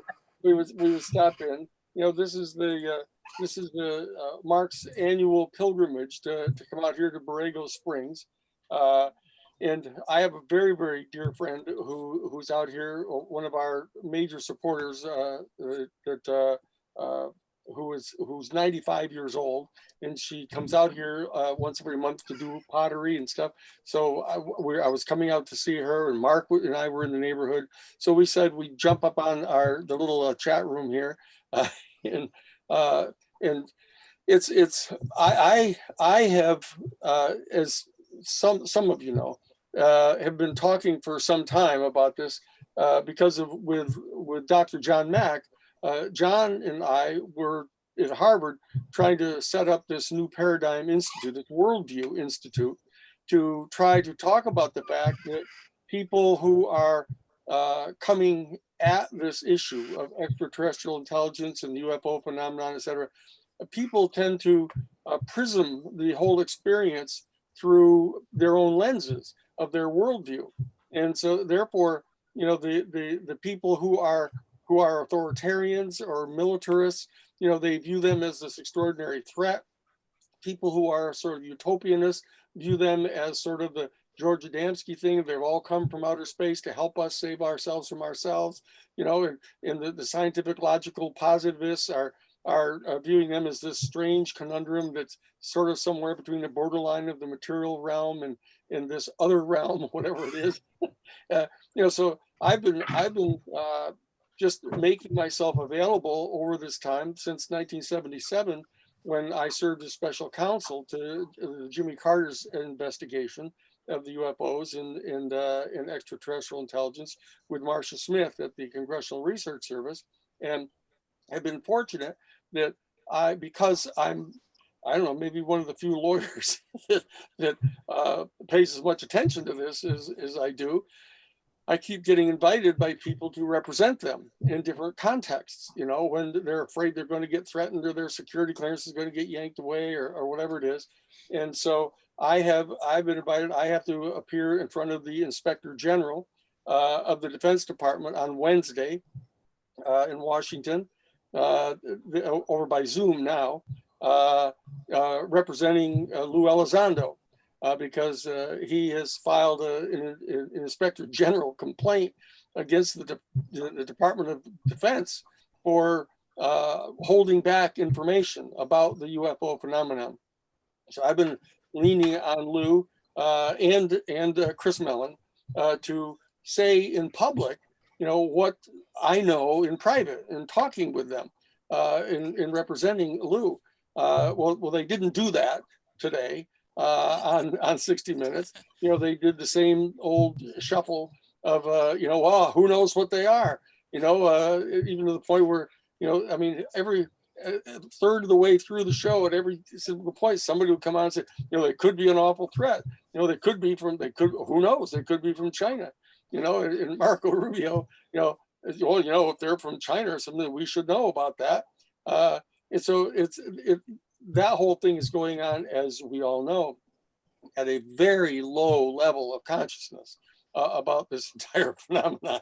I mean, they're way below the horizon on this discussion. But it is certainly something like Melinda, when you said, you know, what do you think? Did he hit a home run? I was saying it's more like a drag bunt. You know, we've got a runner on first base finally. You know, we got somebody on first base, but you know, there's nobody's getting ready to drive them in. So with this idea of what are they all doing? You know, what is it they're up to? What is the agenda that's going on now? We know perfectly well that when guys like Hal Puthoff and Kit Green and the other folks in Jim Simovan, the people that are working at the To the Stars Academy, you know, I mean, you know perfectly well. I've said it 1,000 times, you know, they're clearly choreographing some type of, you know, limited modified hangout, you know, just like with Nixon, you know, in the Watergate burglary, he was trying to figure out, let's give him a little something, but don't tell him what's really going on here. So what I'm doing is I'm behind the scenes basically with them, trying to persuade them to come forward and really lay it down, you know, get into a major dialectical confrontation with the Defense Department. So what we've done is we've expanded the Inspector General investigation that Lou has initiated against them because he thought they were going to try to stop them from releasing the 60 Minutes thing, right? And so that we put together a complaint in the Inspector General's office, you know, going after them for potentially retaliating against him. And then what we've done is we've expanded it into this other more general investigation to try to get the Defense Department's the Inspector General's office to come forward with what it is they really know about the UFO phenomenon. It's a whole separate Inspector General investigation. And so we've got one going on a whistleblower, if they think he's saying things that he shouldn't be saying. And then we've got one for retaliation, which is a separate division of the Inspector General's office, in case they're retaliating against him for saying something that he's perfectly authorized to say. And then we've got the other one going, a whole Inspector General's investigation of, is there something that the Defense Department is doing that's illegal by concealing all this information? So there's 3 major Inspector General investigations going right now. In addition to this bizarre report or whatever it is that's supposed to be getting handed in here in June. But it's clear that a potential report coming in from the UAP task force inside the Office of Naval Intelligence is supposed to be coming in June. I know from talking with Lou that this is the 3rd person. Well, when he quit as the head of ATIP, his deputy Jed came in to be the head of that, and then they closed it down, and then they had Jed become the head of this new thing inside the Office of Naval Intelligence, the UAP task force. And then Lou was having conversations with him because we were trying to get him to do what should be done, and so they removed him. And now there's this new guy who's in there, and we've been talking. We thought what he's getting ready to try to do is to ask for an extension of time. You gave us this deadline of having to get this in within 180 days, and we need more time. I mean, it's a typical classic foot dragging operation. If they can just delay it longer and hope the news cycle goes on to something else, like the Palestinians and the Israelis having a recent fight, they're hoping that people will forget about this. So what I'm hoping to do is, from the point of view of being asked to represent different people at different times about this whole issue, I've never changed my position. I think that we should talk about this completely and get everybody involved in talking about it. It's the most important issue that I've ever seen in the public issue area, and I've seen a few, as you know. But this is the most important one of them all. And so now I'm talking to guys. For example, we were talking with a fellow, a Central Intelligence Agency guy, who was in a division which is electronic intelligence of monitoring all kinds of electronic signals in and around the planet. And I mean, this guy's a full-time Central Intelligence Agency guy, and he says, well, of course we know that the stuff that happened at Roswell, that really did happen. He's just sort of talking about it as sort of off the cuff. He says, of course, that all happened. And I figure that's progress. When you're getting people from inside the CIA sitting right there telling you, yes, sure, that happened, of course. It was because of Don's work, among others, making it just kind of irrefutable. And so that they finally give in when it becomes completely irrefutable. They'll acknowledge that it's true. But it's not clear to me yet exactly what it is or why it is that this drumbeat has started here. This whole kind of acceleration of talking about this issue, acknowledging that it's, quote, real. But I clearly don't go as far as Stephen Greer does of saying, well, they're obviously getting set to, undertake some kind of a false flag operation. And so they're trying to, beat the drums about this terrible threat. I don't think that's what's going on. But I don't know what's going on. And one of the most important principles that any of us can follow, as we all know, is don't pretend you know more than you know. Because more damage is done by people thinking they know what they're doing. Really quick, excuse me, Dan, just to interrupt you just briefly, because Don Schmidt's got to go soon, and I know we just wanted to make sure we thanked Don for his participation. He was just texting that he was so glad to have heard you come on and say what you said. But Don, thank you for all your input and what you did, with us today. Oh, Don, your mic is off, Don. Don, your mic is off.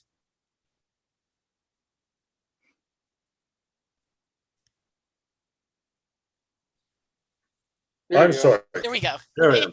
No. Again, I'm very pleased at this announcement, Danny, because if anybody will get their attention in Washington, because like the old John Wayne comment, they'll know that our intentions are serious. And this is the ball game that we've all looked forward to, not watching, but playing in all these years. And so you're going to be the manager in all this. And as a result, I mean, as far as I'm concerned, Elizondo couldn't be in better hands because for two reasons. Because you're as committed and devoted as anyone. But secondly, you also know the subject. You're going to know if they try to play you wrong. That's right. And you're going to catch them. And as a result, I mean, this is going to be a winning effort. So I applaud you. I wish you well. And certainly, if there's anything that I can do personally to assist, do not hesitate. Oh, absolutely, Don. It's a deal. It's a deal. Well, thank you all. It was wonderful. We'll do it again. Look Yeah, forward to it. please, Don, join us again. Thank you, Don. Anytime. Bye now. And Don, so good to see you. I love you. So good to see you.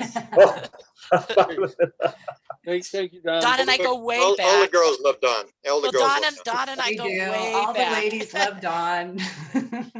I've been involved in a lot of research with Don, so we go way back. Okay, whatever you call it. Now, Dan, we'll come back to you, but since Mark Sims is right next to you, maybe move your camera over a little. Mark, did you see the TV show? Yeah, we watched it together. Okay, what was your thoughts on it since you're sitting right there and you guys, you know, Mark Sims is going to become a bigger name very rapidly in this community. I have absolutely no doubt.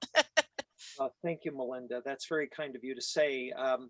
My thoughts, I was underwhelmed. It was just repackaged information.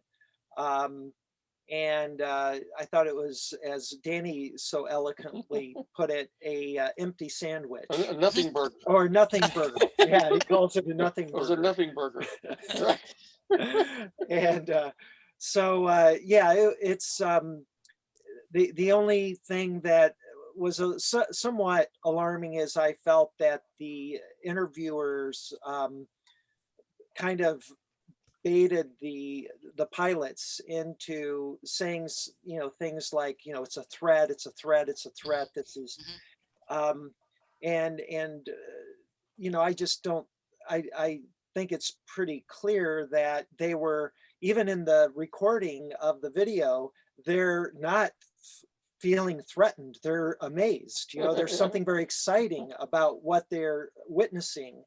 And there's no threat whatsoever. At least that vibe doesn't come across in these videos where the pilots are being, recorded. Whooping it up. Whooping Look it, at yeah, that guy. woohoo. Yeah. Well, just look at that. So I just feel like there's a bit of a spin, and that to me is a little concerning. It's a concern to all of us. Right.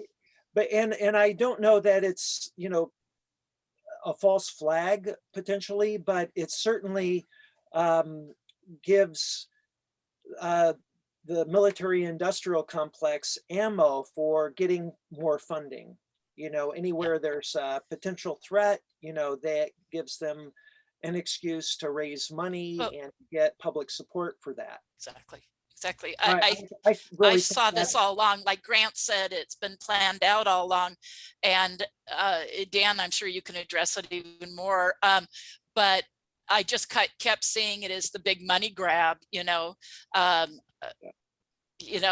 once I think Grant, you brought this up recently in an interview or something where you were quoting me, quoting Jim Semivan, when I said, is there anything I could ever say that would blow this for you guys? And he said, yeah, don't blow the money, don't stop the money from coming. So Can we get Danny Sheehan to talk about safe, I was surprised when Danny talked about the fact that Lou Elizondo and Mellon don't buy into the threat. I was kind of surprised. Oh yeah. Can you talk a little bit about that? Yeah, please. Yeah, no, it was interesting how it first started.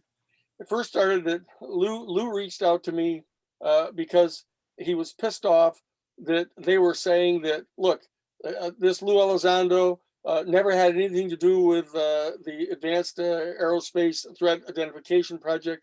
And besides, no such project ever really existed. You know, that was their first kind of response. All this stuff about us investigating UFOs, that's not true. That had nothing to do with UFOs. And he was really pissed off about that. And he was taking the position that, well, that's calling me a liar, you know, because I've gone forward with the To the Stars Academy, and I've talked about my position. So they're basically calling me a liar. And so I said to him, I said, look, if that's the worst that happens, you ought to be lucky. You know, it was like, I remember Oliver Stone said to me that he had me come to his home in Hollywood and look at the original editor's cut of the JFK story. And I was downstairs in his home waiting for him to come. We were going to watch this together. And he came in, he was all pissed off because Newsweek had a great big front cover that said, you know, Oliver Stone's JFK, the twisted truth of JFK. And he said, look at these people, they're basically calling me a liar. And I said, what the fuck did you expect? I said, you accused everybody and their brother. I said, what do you expect them to say?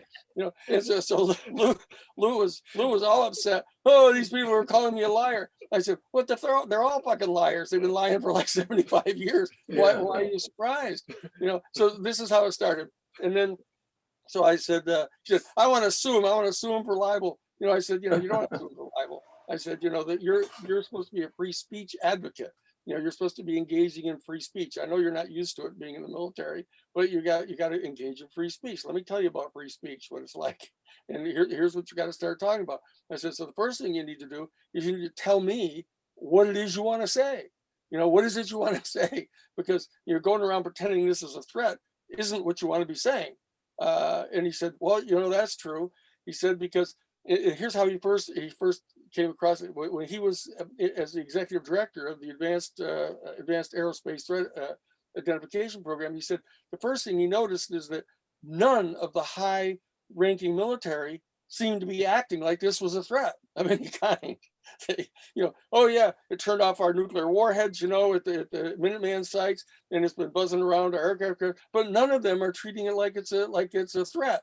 And he says, so he was kind of puzzled by that because his normal instincts as a security officer, you know, basically his hair was on fire to start with. But oh shit, they're turning off our nuclear missiles. Oh, they're buzzing around our aircraft carriers. And he said, but every time he was talking about it, they was all, well, yeah, there they are again, you know. And so he said, they clearly do not view this as a threat.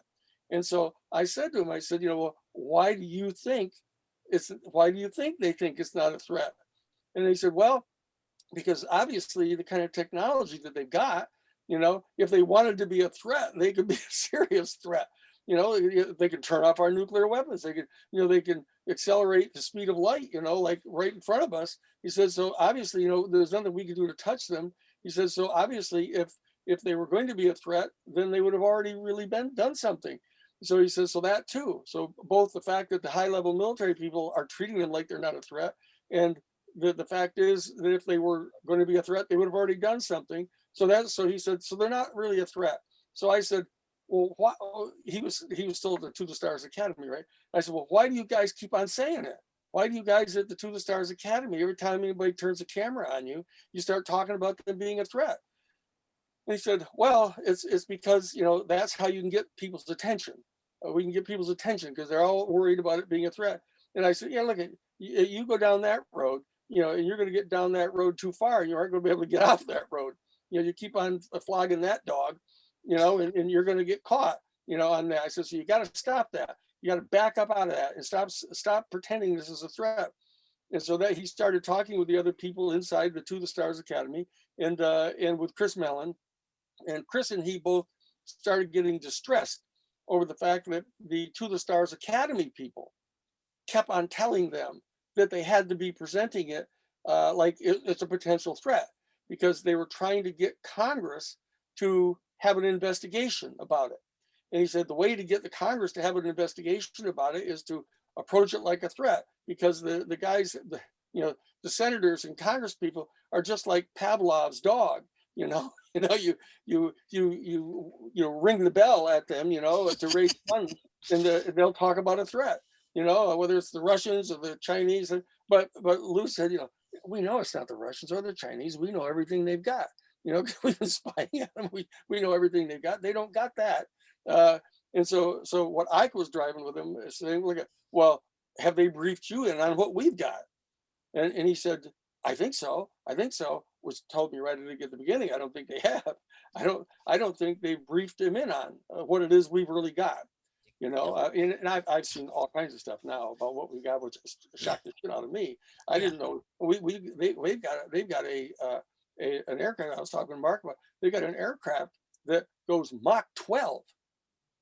They've got an aircraft that goes Mach 12, and they showed me a picture of it, and it's got this bizarre technology where when I was talking with Mark about it starts going supersonic, and it's got this kind of shock waves all around it, and then they start these tubes come out of the top of it and start pumping some kind of a weird rare gas into their shock waves, and it causes explosions, which would propel the plane, and the thing goes at Mach 12, and it's got 120 nuclear tubes with the nuclear warheads, and they can deliver. Catch this! They can deliver 120 nuclear bombs across the surface of Russia in 2 minutes. At Mach 12, just across all the whole fucking place. What the heck? That's what I'm going to say to that. What the heck? Yeah. And so, I mean, and that's got nothing to do with the UFO technology. That's some technology that they figured out. And it wasn't using the UFO technology. And so I said, well, okay, that's interesting. So what do they got with the UFO technology? How well has that thing been developed? So I've now got the list of names of the people that have been working on it, and I'm going to find them out. Dan, we discussed this earlier before you came on, about it going into private hands, and that those absolutely are aerospace companies and corporate companies. It's all S4's Ben Rich, it's all that old story that you and I have spent 100 hours talking about with Randy. Yes.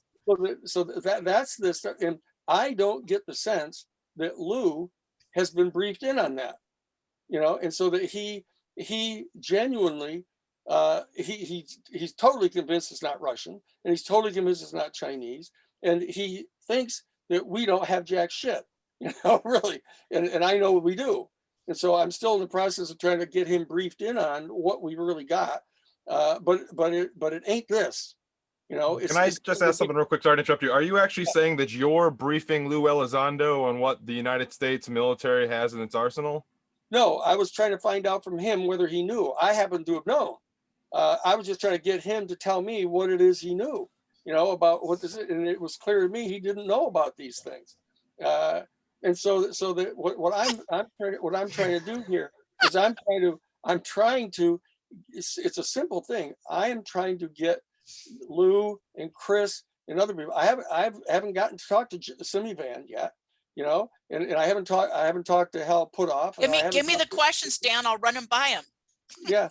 Well, it's the first question to ask him is it true that you were the head of covert operations stateside? Because that's a criminal offense. That's a criminal offense, and you ought to be in fucking prison. I mean, if that's who he was. I have every reason to believe the answer to that is yes. Yeah. So you're in trouble right from the very beginning when you're talking with him about this stuff. So I'm anticipating that I'll get a call sooner or later, from him, eventually from Hal Putoff, and eventually from Kit Green and the people. And so what I'm trying to do is I'm just trying to stay completely honest, completely forthright. I know that you can't trust anybody in the CIA, no matter what anybody says. There's no such thing as a former CIA person. Just like there's no such thing as a former Marine. If you ever say, "Oh, you're a former Marine," they will say to you instantly, "There's no such thing as a former Marine. Semper Fi." And the same thing is true of the CIA person. And and so the question that you were one of the guys was raising is that the fact is there's another agenda. I guess it was Dave. There's another agenda here. There's no doubt at all that there's another agenda. The question is, whose agenda is it? because, because it ain't Lou's and it isn't Chris's, and I believe that somebody inside the To the Stars Academy is involved in it. But I'm still not sure how far they've been briefed in on everything. I don't know yet. Well, Dan, you go back to like the Wilson document and what it brings up, and that those guys back then when Eric Davis met with Wilson back then, they knew that stuff was going on then. And I think back to my friendship with Jack Houck, who was an early member of that group, and him telling me, 30 years ago, he knew everything about this subject. So I think the core group, what we call in the UFO field, the aviary or the working group, that those guys know a lot more, an awful lot more. And some of them may be involved like Jack and others. I could name names, but I think they're much deeper involved. Even in my Mill Labs research, some of those people come up continually. I think they know more. I think they know more, but I do not believe they are on the bigot list for the unacknowledged saps that are controlling the material. Bob, I'll give you that. There's only one person that I think might cross the line there, but otherwise I might be akin to agree with you there. Yeah, that's the question. Who are the ones that are up there? Say I've got this list now of reasonable suspects that I'm working my way through, because it turns out Ben Rich was on the list, and this is a list that was compiled when he was still alive. So he was one of them that was in there. And you remember now, Eric Davis is the one that told Rubio in the closed door session with the Senate Intelligence Committee that the people in my task force, the task force, the UAP task force now, the ONI, is that our people believe that these are off-world vehicles. I mean, that's what he said to him. That's what's lit up. That's what's lit up Rubio. And so all of his pretense of bullshitting about, he thinks they might be Russian. He knows perfectly well they're not Russian. But the bottom line is that the people believe they're off-world vehicles. That's what they believe. But you can't get them to even utter the thing of extraterrestrial life or extraterrestrial beings. They won't say it, but they do believe they're off-world vehicles. And who else is driving off-world vehicles? It's not Dave, us. I see your hand up. Go ahead. Daniel, I'm curious your opinion on this, and I'd mentioned this earlier in the conversation about 40 minutes ago, but for you being so involved with this topic for so many years, why now? Why now is it all important that we get this information out when for 70 years we've had cover-ups? Well, it depends on who the we is you're talking about, Dave, is that there's an agenda going here on the part of the people that are in possession of the highest levels of information about all of this. There's some kind of an agenda going on now, starting to accelerate releasing some of the information. What they've released so far is they're real. They're not swamp gas. They're not reflections of searchlights from lighthouses off the clouds. They're saying, okay, these are real. These are vehicles. They're using the term vehicles. They're under intelligent control. They're saying all these things. That's a lot more, as we all know. It's a lot more than they ever acknowledged. At least since that golden age of UFOs. In the late 50s. When they were actually talking about these things. But the fact of the matter is, there's some agenda going now to lift up some discourse about this thing. As I said, I don't think it's because they're getting set to stage some sort of false flag attack. I don't know what the reason is, but as I say, you have to be careful about getting attached to thinking there's some reason why, the specific reason they're doing it, because you won't find out the real reason. So I don't know what the real reason is why this is happening all of a sudden, but there's something going on right now. But I also am quite confident that that in June you're not going to have the people in the know cough it up to the Senate Intelligence Committee. Because that would remain secret for probably 24 hours. Whatever it is they told the Senate Intelligence Committee. So that isn't going to happen. But I don't know whatever it is they're going to say, whatever portions of anything they're going to say is part of the agenda. So we have to get a look at what it is they say. Now, if in fact they just postpone it and get a continuance, that's going to make it perfectly clear that we're dealing with, with Charlie Brown in the football. It's just a little more luring you in and getting you all excited and then pulling the football away and having us all bumping into each other again. So we'll see. But I have no great expectations about this particular report that's going to be coming in here in June. I think all it's going to be told is things that's happened recently that we know there have been these incidents around ships and nuclear facilities and the stuff that happened in the 70 years before now, where they learned everything that has these super secret things. We're not going to get told any of it because they committed too many crimes and too many civilly liable things to let that stuff out. Yeah. Well, and that's what I also wanted to throw in here too. I think all of us in the community have felt what we've seen on TV is a little lackluster, or is definitely held back. And we keep questioning, what is it going to take to get like extreme public outcry to get to the bottom of this? And Danny, I'll pose this to you, and maybe Mark, you can jump in as well. When are we going to get a domestic case, like an experiencer case that is acknowledged, that's not military? And will that be the catalyst to get public outcry? I'm a small town girl. It seems like nobody gets excited until it affects small town America. Are we going to see that kind of coverage, or is something going to come out to where it's going to hit small town mid-America? No. No. I have an opinion Right. on that. I think potentially, yes. I think that if there were to be some extraordinary case of someone who's having a contact experience, who's willing to speak publicly about it and can demonstrate an ability to make contact on film, I think that could be compelling. And if it's presented in a way that's interesting, that becomes a human interest story, both from the human perspective, but also on this bigger question about who are they? And if it can be shown that bilateral contact can be made, and that there's information in this bilateral contact coming back, that could be very interesting and go viral, so to speak. And I do think that there's something special about a story like this, that it could change the dynamics quite a bit. Because of course, if there were somebody who, fit the bill, the question then becomes, is this somebody who's been, blessed or,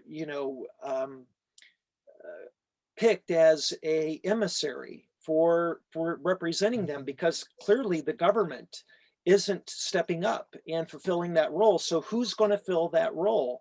And I think it will require somebody or a small group of people who are working together, who have proven that they've established contact and have gotten messages and can begin sharing these messages with the public. I think that could spin this in an interesting way that could change the game.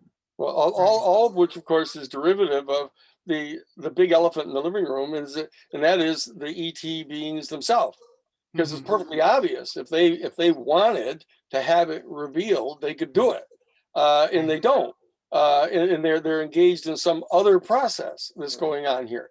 And so that the key for us to do is to figure out what that process is, not spend so much of our time worrying about what the Defense Department's doing or what the CIA is doing or what some president is going to do when they get in there. The question is, what are the ET people going to be doing? What type of coordination do they have? If there's more than one planetary system that have their people coming here, what's their level of arrangement with each other? What are the protocols that they're actually pursuing? We need to know that. And that's why the real answer to this is citizen diplomacy. Not to cut you off, but you brought up protocols. with the government and the military, now that we're seeing this in the limelight and they're told they can report this without endangering their careers, Yeah. is there some sort of first contact initiative going on? Is there any sort of training when we do interact with these things? Is it like, you know, flash the lights like in Close Encounters and play the music? Like, Well, it doesn't appear yet. I just had a long conversation with the father of someone who's at the U.S. Air Force Academy, because I was kind of behind the scenes, kind of advising this person to, when they arrived at the Air Force Academy, to start talking about this, to say, look, we're the Air Force officers of the future. How about briefing us in on what we're supposed to be doing here? What kind of protocols we're going to? And the Air Force Academy has got in their the booklet that they hand out to the cadets when they first arrive. They've got a form for reporting UFO sightings, but they aren't talking about it. It's just there. And so what I do is I keep handing off information to this person to confront their professors and stuff at the Air Force Academy, right, to say, hey, how about this or how about that? So we've got all kind of channels open up, but I think they all pale in the face of the specific question of what the ET people themselves want to do here. Because whatever it is they want to do, they're calling the shots here. I mean, even what Mark was talking about is some team or some individual that could get sort of blessed to be kind of an emissary. That's still up to them to decide whether they want to do that. So we need to find out what it is they want and what it is they want us to do. And is it true that we among us who are utopians were saying, oh, obviously they're waiting for us all to rise in our level of consciousness so that we are at the right vibrational frequency, so that we're in sympathetic resonance with their vibrational frequency, and then we'll have merited, citizenship in the Galactic Federation. We can go all on and on, right? But that's all just guesswork. That's through our prism as utopianists. So that what we've got to do is we got to find out what it is that they're up to. How many of them are there? What type of coordination do they have among themselves? Are any of them more rogue than the others? Are there good ones and not so good ones? We need to find this out. I spend my 50 years I've spent doing investigations, of things that people consider to be a conspiracy, whether it's the people who killed Karen Silkwood, or how do you shut down the nuclear power plants, or how do you find out who's, supplying weapons to the Contras, who's smuggling cocaine into the United States to buy weapons. This is what we do, and so I'm turning my attention to this issue. Mm-hmm. I'm trying to figure out, it's not so much trying to figure out who the people are that are in charge in the secret realms here. It's the ET people. It's the ET people that are in charge of this thing. So what we have to do is open up a line of communication, just like I was talking with Mark earlier, just like when I was at Jesuit headquarters and was general counsel with the Jesuit office, we reached out to Gorbachev. Gorbachev was just the Secretary of Agriculture, under Andropov. And we had direct face-to-face meetings with him to start negotiating about disassembling the nuclear warheads. That's how perestroika and glasnost came about. It's through citizen diplomacy. And so that's how we have to do it. I think we've got to, that's why the CE5 thing is so important, is actually establishing direct communication with the extraterrestrial beings, and in opening our heart to them and saying, look at, we're not totally dumb and naive. Don't think we're so stupid that we don't merit any kind of responsible communications from you. Let's have an intelligent conversation. There's an element within our human family. We're perfectly cognizant of the shortcomings of our human family. We're flawed ourselves. But we want to have this conversation. So let's have the conversation. Tell us what you're up to. Tell us. I think that's wonderful. That's the way we got to do it. It often makes me wonder too, if maybe there needs to be some sort of extension on humanity's behalf, not just a curiosity, but I often wonder, like, do we need to give them some sort of protection to be able to acknowledge and start this conversation? Do we need to put it down on a piece of paper and announce it to the galaxy? If you make contact, we will not shoot at you and we will let you leave the planet. Like, I don't know. They know pretty much. I mean, don't underestimate the ET people. Yeah, yeah. They No. have a very good idea what we're up to, Hang- Right. Hang on, Dan and all. It looked earlier. Jeff, did you have your hand up earlier? And same with Cheryl. Both of you, I Grant. thought. Grant too. Oh, and Grant. Okay. I'll So let Jeff, Grant I'll go start first, with you. please. Okay. Oh, Okay. Grant, please go. But Okay, Jeff, my- if you had a question, don't let us forget you. Okay. Okay. My question is actually maybe the question Jeff's going to ask, because Jeff, before you came on, Danny, they were talking about the Inspector General able to shuffle stuff under the table and not being up and level with some cases. So you're up against the Inspector General. You've been up against Harvard University and Oliver North and all these guys. You know all the game. What's your prospect? Do you think you can keep the Inspector General on course? And do you have any ability to force the issue and make him do the job the way he's supposed to do it? I hope. I'm not sure yet. I'm going to with the fellow that we're dealing with is named Stephen Johnson. Dr. Stephen Johnson. He is the director of whistleblower and retaliation investigations for the Inspector General. And then there's this other woman that is in charge of recrimination, which is some sort of a different category. And then there's a third one I haven't gotten to talk to yet that's in charge of this whole general investigation inside the DOD about what they know about UFOs and what are the protocols that are being used to conceal it and are they legal? You know, there's 3 different investigations going on. What I'm assuming that what I ended up having to do is talk to the Inspector General himself, you know, because there are these other lieutenants that are having jurisdiction here. But what we've got to do is we've got to get the pressure on Susan Go, at least. She's the DOD person who's blocking the information. She's the one putting out all these lies about, you know, there's no such thing as ATIP and, you know, oh, we aren't doing this anymore, you know, that thing. So what I've got to do is find out who I'm dealing with in the Inspector General's office, you know, that I've never met a government lawyer that I trusted. You know, because they've got this other agenda, as you were talking about. You know, they are people under authority, and they've got instructions, and they view themselves as being responsible for protecting the institution itself. And as I think it was Dave was saying, anybody who thinks that they're actually engaged in trying to protect the public interest ought to have their head examined. You know, so that, you know, that's what John Mack used to say. You know, but the bottom line is I've got to try to find out who these people are, how honest they are, how seriously they take their job, you know, how fascinated are they going to become about this subject.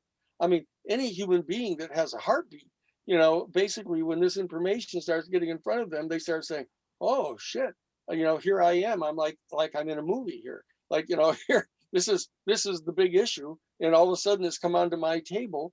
You know, what am I going to do about this? You know, am I going to just, you know, salute and the flag and, you know, walk, you know, at attention in front of whoever's telling me what to do? Or am I going to actually have a little bit of leeway here to try to find out what's really going on? Am I going to exercise whatever degree of discretion I've got to try to do something that, you know, will merit my respect with my grandchildren? You know, so I have to find this out. I don't know yet, but I'm gonna know Wednesday, because I'm gonna get to talk with Stephen Johnson and find out what he's about. And then I'm gonna get to talk to the other IG. So I'll know by the end of the month, you know, some of what we're dealing with here.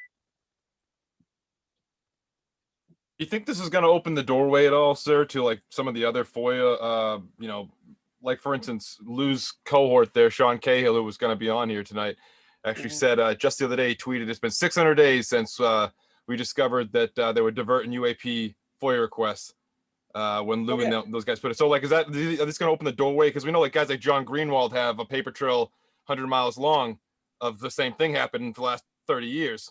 Yeah. No, what's more shocking is the fact that they release anything at all through FOIA. You know, I mean, that Richard Dolan has gotten lots and lots of stuff through his FOIA actions, you know, and letters and everything. And so that they obviously view the FOIA process as some portion of whatever that agenda is they've got, of kind of feathering out little pieces of information. But, you know, the Freedom of Information Act has got 22 specific exceptions. You know, for example, in in the letter they sent back to us when we filed the IG complaint for Lou, they sent us back this Privacy Act thing that says, you know, that even the things that aren't covered by national security are covered by the Privacy Act. And so anybody who's involved in this process, you know, is not supposed to tell anybody about it. Fuck you. You know, who do you think you're talking to here? You know, I mean, that's the same thing they said at Harvard University. Well, no, this is all very private. Fuck you at private.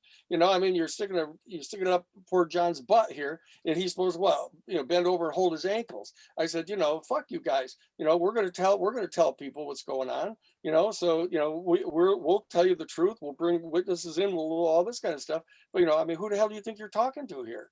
You know, I mean, so that's the position we have to take with them without being overly insulting. You know, but which may not be that easy.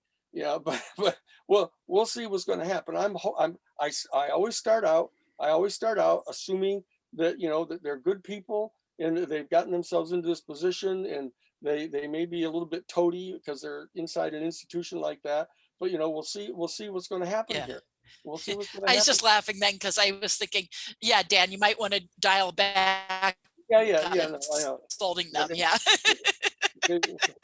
They're probably expecting something. Jeff, did he answer your question, or did you have anything else? I actually was going to ask, so do you have anything that you'd like to say working with, like on the disclosure project versus now, maybe lessons you've learned, things you're going to avoid, things you might never bring up again, that type of thing? No. I can still never figure out to this day why Marcia Schmitt is so pissed off, you know, from the way back in 1977 when we were working on these reports for Jimmy Carter. You know, she just refuses to talk to anybody about anything. Like she pretends like she was never even involved in any of that stuff. I think she's overdone, you know, whatever she thinks is the secret nature of the investigation we were supposed to be doing, you know, and that she got offended at the fact that anybody would talk about it at all. But yes, you know, I actually wrote her a letter when I was living in Washington, and she never replied. Oh no, complete black hole with Marcia. She will not talk to anybody. If you walk into her office and try to start talking to her, she'll get right up and walk out of the office. You know, like as if she never. Well, you know, after she ran the investigation for the Carter administration, she was the head of the Science and Technology Division of the Congressional Research Service for the Library of Congress. That's where she was. But because she was so secretive about what it is that we were all doing together, the Reagan administration made her the head of the Citizens Advisory Commission on U.S. space policy. You know, so she saw that she's rewarded for just being completely secretive about this stuff. And needs to say, I wasn't. And so she's really upset about that. I can tell. But the fact is, she just gets up and walks out of the room if anybody even asks her about any of this stuff at all. And I don't know. I mean, I could have been more diplomatic about it, about telling everybody about whatever I knew about this stuff. You know, like the stuff. It was under her aegis that I got to see the classified sections of Project Blue Book. I mean, I told everybody as fast as I could what I'd seen. Holy shit! Look what I saw. You know? So I mean, and they know that's going to be the way I am. You know, I'm not into any kind of big secret stuff. Bob Fink was the investigator for Bella Abzug. Bella was the congresswoman from New York that was the chairperson of the Individual Rights Subcommittee of the House Judiciary Committee when they were doing the Church Committee investigations of the CIA, and they had the House side, it was called the Pike Committee under Otis Pike. And Bob Fink got seconded by Bella Abzug to be one of the investigators for that. And he said to me, Danny, she's like, don't ever take a security oath. He said, look, I know you can find out anything that you would be able to find out with a security clearance. You can find it out anyhow. So don't ever take a security clearance, and then they can never say that you violated your security clearance. So I'm never going to take a security clearance on anything. They could offer to sit me down with an ET to interview them, and I'm not going to take a security oath, you know? So, you know, I'll tell people whatever I know. Well, we appreciate that very much. Does anybody else have a question for either Dan or Mark or anyone else on the panel for that matter? Great. I have one. In terms of, Danny, I heard you talking about the importance of the nuclear weapons. Can you talk about that and the sort of the message coming from the ET and what they know about that? Oh yeah. It's the two main messages every time. You know, you talk to Barbara Lamb, you talk to anybody, John Mack, anybody who's had all kinds of interviews of the contactees. And the thing that they talk about is you've got to get rid of the nuclear weapons. You got to get rid of the nuclear weapons. You can't have these nuclear weapons. You know, that it's, you know, you detonate these things and it's having repercussions all throughout the galaxy. You got to stop doing this. And also you got to stop what they call polluting your planet. You know, you're polluting your planet. It's going to destroy the ecological system of your planet. These are the two things over and over and over again. And that's why I said when I ended up, it was back in 1994, John and I were going to be talking at the MUFON conference down in Orange County. And it turned out that everybody was there. Stanton Friedman was there, and Bud Hopkins was there, and Little Moulton Howe was there, and Stephen Greer was there. A whole bunch of people that were, and so we're all in the green room together, right? And so I stood up and I said, "Holy shit! Look at here, we're all in one place." I said, "This is really interesting." I said, "Look at what that all the work that I've ever done out in the regular world is you have to build coalitions. You have to get people who have a common interest with you. And the problem with the UFO movement is it's all by itself. It's this kind of thing that's completely sui generis, and it doesn't have connections to anybody else. You got to reach out and establish connections with the anti-nuclear weapons people and with the environmental people that are trying to stop climate change." And I was talking about this back in 1994. That's what we have to do. These two issues that the ET people keep talking about over and over and over again, we've got to get people in the environmental movement, in this huge movement now to try to stop global climate change, to understand. That's why I think that the Ariel movie that's going to be coming out, you know, that Randy's going to be doing with the Ariel movie is going to be really, really important, because all the people that look at those little kids and see all the pictures that they drew about what they were being told by the ETs. Right. You know, Yeah, like James's movie, James. And yeah, nobody's going to doubt that. Everybody's going to say, Phenomenon, James Fox's movie. Well, Hey, now, Dan, real everybody, quick, let me Cheryl's butt in letting real us know quick, she has to get going. Yeah, Cheryl, thank you so much for joining us tonight, and good luck on Coast to Coast tonight. I think we'll be jumping off of here to jump on and listen to you. Everybody out there listening, listen to Coast tonight. Cheryl Costa is the guest, and so we're going to be there talking about her new book. Yay! Hold up your new book. You got one there? Hold it up. Cheryl and her part. Oh, No, okay, that's all right. But that's all right. Everybody listen to Coast to Coast. Cheryl's going to talk all about her book. Thank you, Cheryl, for being with us. Thank you, Cheryl. Thank you, Karen. I have a question, a comment for that. So recently, Dave Scott and I, on the Science Bob segment on his radio show, interviewed Jim Goodall, the SR-71 fame. So Jim made an astounding statement, and there may be some implication, or you may have some indication whether or not his statement was full of crap or whether it's true, because it has massive implications. He was regularly connected and involved with the Donald Trump administration and campaign. And he came on the show and told us that after Lou Dobbs and Don Jr. talked to Donald, he declassified the UFO stuff. And everything kind of went quiet for a while. And then I think, so the thing that I was thinking about, if that happened, let's suppose it happened, what would they do? They would go into a delaying action, hoping that when Biden got sworn into office, he would undo it. So you, of all people, would know how to go about finding out if that happened and what the implications are. Well, because that would open the door. I'll talk to Jim. I just saw Jim 2 weekends ago, and he didn't say anything like that to me. I was talking to him about all this stuff. He never said a word to me about that. Yeah, I'm just hearing what he said on the show, and it would really be interesting.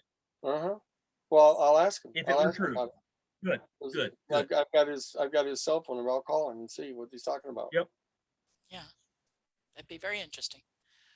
One thing I'd like to point out, that there was one thing in the program tonight on 60 Minutes that surprised me. It was a little piece, the young pilot who was interviewed, and he's on the East Coast. He made a statement that for the past 2 years, I believe, that they see these things daily. Yeah. And I have not Lieutenant heard. Graves. Lieutenant And- Graves. Okay. Graves, yeah. My Graves. question is, has anybody tried reaching out to these vehicles if they're there so persistently to communicate with them? Well, C5's hard at 400 miles an hour. Oh, no, but you can use a I'm just radio. kidding. You Sorry. can- I'm just Right. So Stick Yeah. a sign in your window. Yeah. Hey, hey, hey, No, come on, come on. Mark, but You that know? was the point I was trying to make. Is there some sort of, first contact protocol when they do interact with these things in the air, other than just sending everybody on high alert and trying to record data? Yeah, do you pull out Greer's my guess is with CD5 the app mili- and start playing the tones like as the jet Nicole, flies by? Like, my I would guess like- is with the military, the answer is no. right. Well, know. I would not assume that. If Okay. I had You're been, right. interviewing those pilots, I would ask these kind of questions, right? I mean, it Okay, seems that's right. obvious, self-evident that this is the first thing that you would try to do if these were persistent encounters. And Right. no Okay, one but mentions what that. frequency will you dial up on your transmitter and transmit on? these are Hey, frequency it might hop. be It's hard to know. just It's not hard to know which 144.1. channel they're on. These are that could frequency be hopping something radios. just as simple though. That could be just something as simple as thinking happy thoughts though. Yeah. Like, hey, I'm Consciousness. not here Yeah, to makes hurt you. more sense. Like, I was just sending gonna out say, happy Nicole, it's thoughts. That makes more consciousness. sense. Grant As you and have I a bunch know of it's all about warheads under your consciousness. arms. Yeah, right. That's okay. This is the frequency you Oh, there use, we go. Yeah. All right, there it is. 144.1. The military radios don't use a single frequency. They're Mark, frequency tell- hopping. They're Oh, millions of. they can switch to that Yeah, frequency. they're not Yeah, supposed but- to have cell phones in the cockpits either. So You know, I have a question. I'm not to be a. Oh my God, I'm such a heel. Do you know that Go for it, Jeff. Tyler Rogoway ran an article 3 days ago that goes right along with what Graves said. He said that the pilots are reporting enemy drones and observation simple technology every single day in the Atlantic, and it's being disguised as UFOs, and we don't know why. And I know Tyler Rogoway is pretty accurate most times, even though he is a military correspondent on tech and stuff. But I think the coincidence there is pretty interesting. If you're seeing UFOs every single day nonstop, I tend to believe they're not UFOs. I'm an experiencer myself. I know I try to compare it to myself, but the idea there's so many UFOs over the ocean, they're spread out across the entirety of all training. No, I think it makes sense. Where we know Jeff? know the military is spying in those areas to see what our military is doing. It's Jeff, They're I not need to spying. take you on my UFO sighting tour here in Melinda. Sedona, where you realized we see 40 or 50 UFOs every night, things that stop, turn, change direction, fly in formations. Mark's seen it with me. Anyone who's done I have no doubt that there is some really impressive stuff in the sky. I am a black triangle witness myself, up close, right over our head, my mother and I. But I the stuff they're reporting matches. seen it, and they're not all drones because and they're not drones. That's right. They're not drones. Hang on, froze up for a The minute. vast majority of them are not drones because that would be very unpractical for the Chinese or the Russians to send out. Yeah. They're So- most so- likely things that are filled with a gas and they're if the- floating with if the- something. If the UFOs are coming over Sedona that much and coming over my unimportant little, tour, then obviously that they would be coming over the military because they're concerned, particularly since a lot of those ships they're coming over have nuclear weapons on them and have nuclear propulsion systems. I can see why they might have an interest in that, and they're checking them out constantly. I don't have any problem with that. Okay, I so just- I want to fire back in one slightly different direction. All of the Okay. 2019 stuff that recently got reported was over destroyers that have neither nuclear weapons all right. on them when they're training, and they're not nuclear powered. So nuclear had nothing to do with that site. Okay. And again, I just want to say that I am fully aware the phenomenon is real. Whether you guys want to believe it's one phenomenon or multiple different things out there, conscious agents, whatever it is, I know it's real. But the idea that they're spotted so easily and so frequently, and we're presented with essentially nothing. 2017 didn't change anything for me or anyone I know. I don't know. I don't get the, I don't know. I don't, But seeing them Jeff, every my single day point was- nonstop seems Yeah. outrageous to Wait, me. It hang on, seems Jeff, outrageous. my point is, we see them every night on my tour. The military could be seeing them every day too. That was my point. Can I ask a question of Danny? Danny, you've had interactions with Gorbachev. You've been in this field a long time. What people always talk about the evil Russians and the Chinese. Do you have any idea how they're dealing with this problem in Russia or China? That it was, as I said, that the first time I had a private conversation with Gorbachev, I asked him about it, and what he did is he just took out a little notepad out of his pocket and he wrote down a telephone number and handed it to me, and so I went and called up the number, and it was a personal friend of his in Russia, and he was the editor of the only Hebrew language newspaper in Russia. And he laughed when I called him. And I said, the Mikhail gave me this number and said I should call you because I asked him about the UFO. And he told me the story about this big UFO incident that happened outside of Moscow a number of years earlier, where it was like a Sunday morning and there were all kinds of people, hundreds of people running around in this big public area, a park or something, and a UFO came. And it sent this big beam of light down, and this one guy walked out like right out of War of the Worlds movie. He walked out to it like this with his hands up like this, and the beam of light covered him all up, and he just disappeared. And the UFO hovered around there, and there were hundreds of people saw it, and they went scrambling, running around trying to find telephones to call everybody they knew. And then it flew away. And so that he got the report, he said, from their newspaper, and he sent one of their reporters out there right away, lickety split, jump in the car, go out there and talk to anybody you can see. So he gets out there and he's talking to all these people. They're trying to talk about what they saw, and the thing comes back when he was there. And it came back and it hovered and the big light came out. And then the guy was all of a sudden standing there, and the guy didn't remember anything. Didn't know anything had happened. He just was kind of baffled. And this guy wrote the story about it, and it was in the newspaper. And he told me about it, and that was all. And I knew Dr. Zhenzhou Jing. Dr. Zhenzhou Jing was the head of the Science and Technology Division of the Chinese Academy of Social Science when I was over there at the State of the World Forum. So I was over there talking with her, and they were doing experiments in anti-gravity at the Science and Technology Committee, and also in psychokinetics, and also telepathy. That's what they were working on, and they were trying to figure out an alternative energy source at that point. And so that's why they were interested in the UFOs, because they were trying to figure out what their energy source was. And I didn't talk with her much after that. She wanted me to try to get a hold of Ted Turner because she knew that I knew him, and I knew George E. Zimmer, the guy that owns all the Men's Warehouses. And she was trying to get them to chip in to finance putting together this study. And I kept saying, why don't you have the Chinese government pay for it? And she didn't trust them. She didn't trust the Chinese Communist Party. She didn't like the Chinese Communist Party, and she didn't want to. I guess I shouldn't say this about her, but she didn't trust them, and so she was trying to get it funded privately, which says something to you, because that's kind of the same thing that happened here. It happened in the United States. Is that these corporations, the Skunk Works and Lockheed Martin and Rockwell and all these people. There's no doubt at all that these people are up to their elbows in this thing. And they've got all kinds of access to the technology. They've been developing the technology, and they're outside of the normal channels of the chain of command, which, you can say good things and bad things about that, but it's peculiar.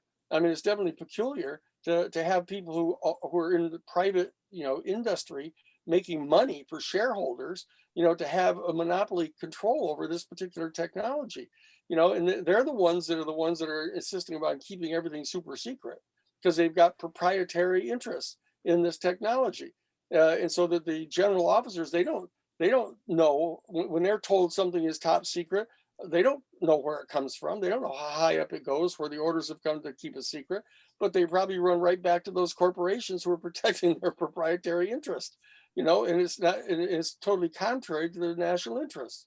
So, that this is a peculiar morass. It's not necessarily much more complicated than trying to figure out who killed Karen Silkwood, at the private nuclear plant, or who's smuggling the cocaine, but it's what it takes is a concentrated effort, professional, concentrated effort, not wild speculation, about, oh, it's going to be some kind of a, false flag attack, or, or they're coming here to eat our children, or any of that stuff.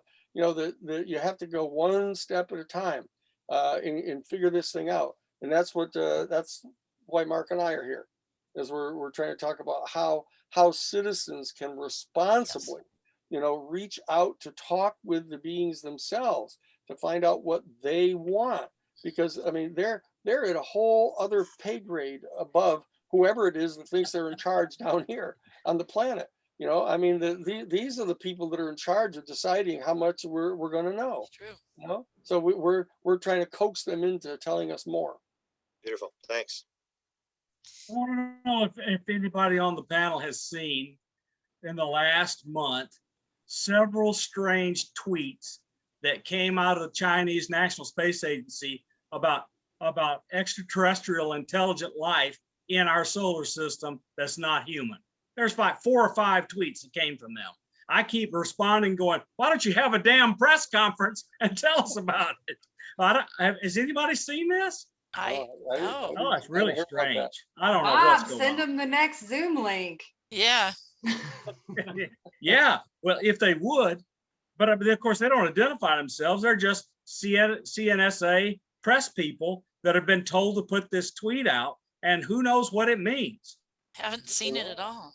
I didn't know that. Yeah, Yeah, it's there. on CNSA. You can go April look. 24th, 2021, with great ceremony, we announced the confirmation of intelligent life. End of sentence. That's it. Oh, okay. There are 4 more Wow. like that. Come on, the Chinese are better at ceremony than that. We're all the flags and the 10,000 people all dancing in order here. Come on now. That'll come next week. They're still getting the food ready. That's right. Tom It's training. and Dave, you guys have been really quiet. Is there anything you guys want to bring up at this point? We might be starting to wind down. Well, I don't want to rain on this parade, but we're seeing some momentum here. We're seeing some momentum here with the stories that have come out and with 60 Minutes and all that. And for the group or the faction, whoever they are, that want to keep this silent, that's all the more reason for them to slow this down and throw a monkey wrench into it. Because if we keep developing momentum, whoever these people are that don't want this information out, they're going to lose control of the situation. And it seems to me that they're powerful enough that they're not going to let that happen. Well, we're going to see. They used to be powerful enough. Is this a case of, is this possible, like, corporations keep like corporate fraud retainer on the side? They always have like $50 million because they know they're going to break the rules. Is this a situation where there's already measures in place for gentlemen like you, Mr. Sheehan, coming down the line? Is there already measures in place to prevent you from getting any information? Do you think is it possible? Well, they've got 236 new federal judges that have all been appointed. All scions of the Federalist Society. You aren't going to get shit in discovery.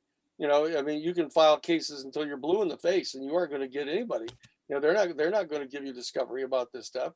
You may not get bounced out on a 12B6 ruling. That the allegations just on their face, even if they're proven, don't give you any cause of action. You got to figure out what the cause of action would be. But even if you get through a 12B6, they're not going to give you discovery. These judges are just going to ignore all your motions to compel and everything else. So I don't believe that the legal system is really very viable right now, to get anything done by way of progressive change at all. And I've been at this for 50 years, and we've made more progress than most people, by going through the judicial system. But I don't hold out any reasonable prospects for it right now. I mean, if in fact the Democrats were to bite the bullet and appoint 4 new justices to the Supreme Court, so that you've got a court up above there that is at least a neoliberal court instead of a reactionary court. You know, that there may be some chances, even though you'd have to fight your way through all the district court judges and courts of appeals to get to them. But until something dramatic happens like that, I wouldn't hold out any real hope for going through litigation, much less the Administrative Procedures Act, trying to beat up on some administrative agency because they're violating all the rules.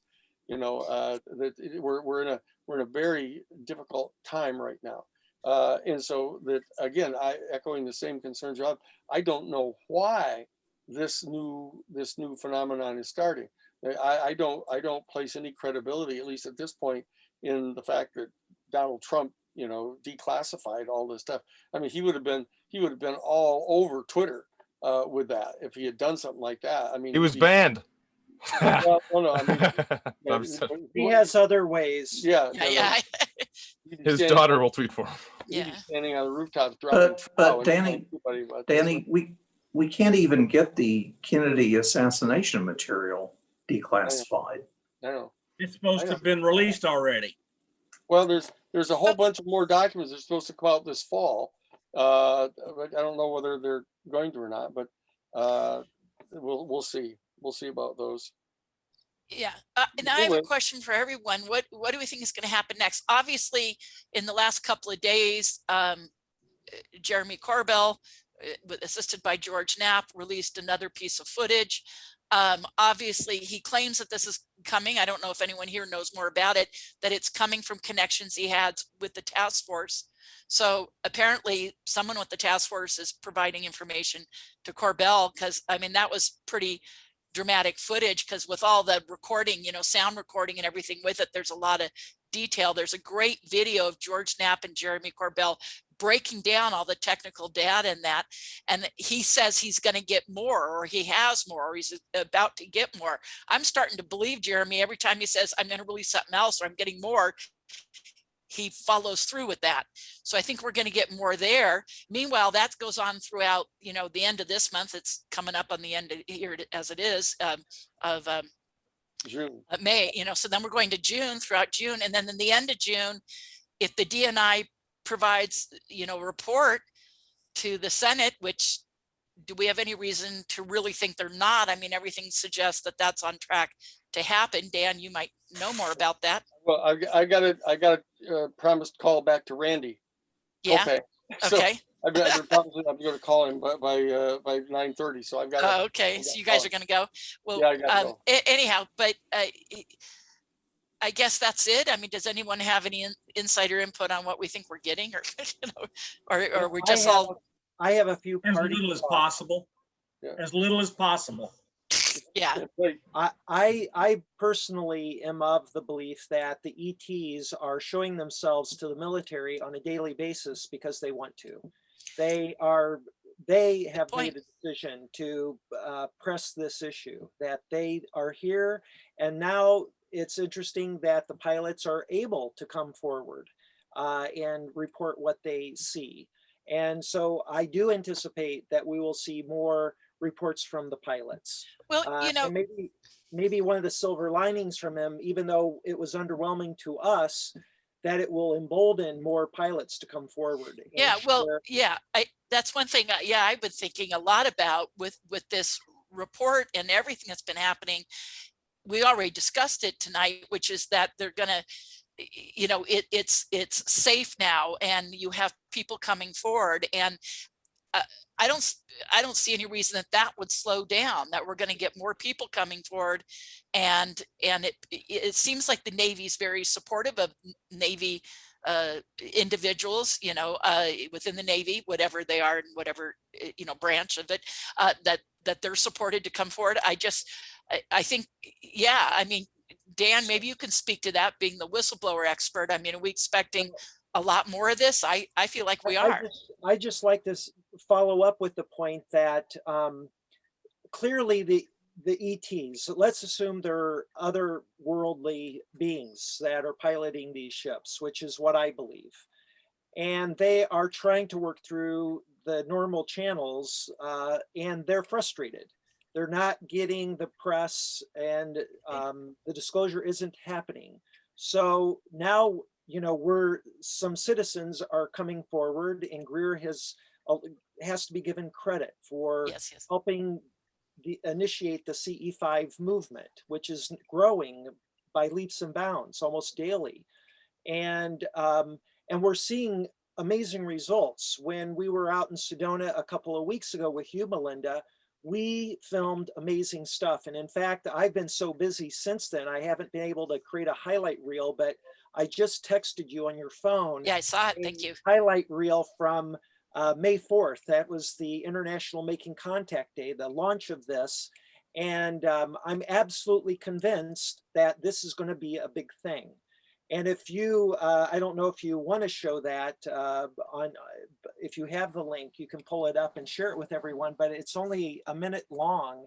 And it's quite remarkable footage of the stuff. You were the spotter when we filmed this, and you were the one telling us what we were looking at. And so I don't know if you're able to pull that up on your screen right now or not. Well, you text it to me on my phone. Yes. No, I think because I'm not sure that I would know how to do that unless I'd have to have you. Well, maybe if you send it to me in Messenger or something, but I have no idea how to bring it up in Zoom. Can I ask you a question? But I'll put it, what I will do is I will put it on Facebook and on Twitter and share it out there. And we can link it to this as well. Right. Yeah. Okay. So that's right. So we can put it up and put a link. Okay. While they're working on that, can I ask you a quick question about the CE5 stuff that you're talking about? Since you did bring it up and you're thinking about trying to create a protocol or some sort of method or something like that, yeah. I'm guessing that you didn't just start CE5, right? You've been doing this for a while. I've been doing it since 2012. Okay. Can I ask you, have you made any progress understanding what the heck those lights are, what they want, what they're saying at all from that point on? Because it seems to be a really hard thing to do to get Congress to wrap their heads around that over acknowledging submarines from outer space. Tell them about your book, Jeff. Yeah, well, I'm writing a book about my contact experience in 2012. So in a nutshell, I had a face-to-face contact with an extraterrestrial that lasted over a 13-day period of time. And I was given the privilege of asking this being any question I wanted. And what I learned blew my mind about the nature of this phenomenon, who they truly are, and what they're about, and the cosmology of the universe that we have. Hold on, I need to help Danny get out of my RV. I was wondering where you guys were sitting. They're in his motorhome. Just to jump in though, Danny said it just a few minutes ago, you know, after talking with experiencer after experiencer from 40 years ago to now, no nukes and no pollution. That's the general message. So they're waiting for us to get rid of our nukes and stop polluting before they make another. But they're not going to. The idea is not they're going to land. That's not what they're here to do. They're just giving us these warnings, and the nukes is to protect to stop us from destroying the planet. Because as Danny points out, it affects the rest of the universe. So the message, the other message, is the oneness message. That unless you get together as one, you're toast. But you can destroy yourselves, but you're not going to destroy the planet because it affects us. That's why they're so worried about the nukes. Well, Grant, you just said something. I was about to say to add that the other major message from them, and you just said the oneness, so I was shaking my hand, is consciousness, that everything is consciousness, is a huge message from them, that everything, in fact, I've been getting downloads about there's no such thing as physical, everything is spiritual matter. So what we call the third dimension is a spiritual dimension.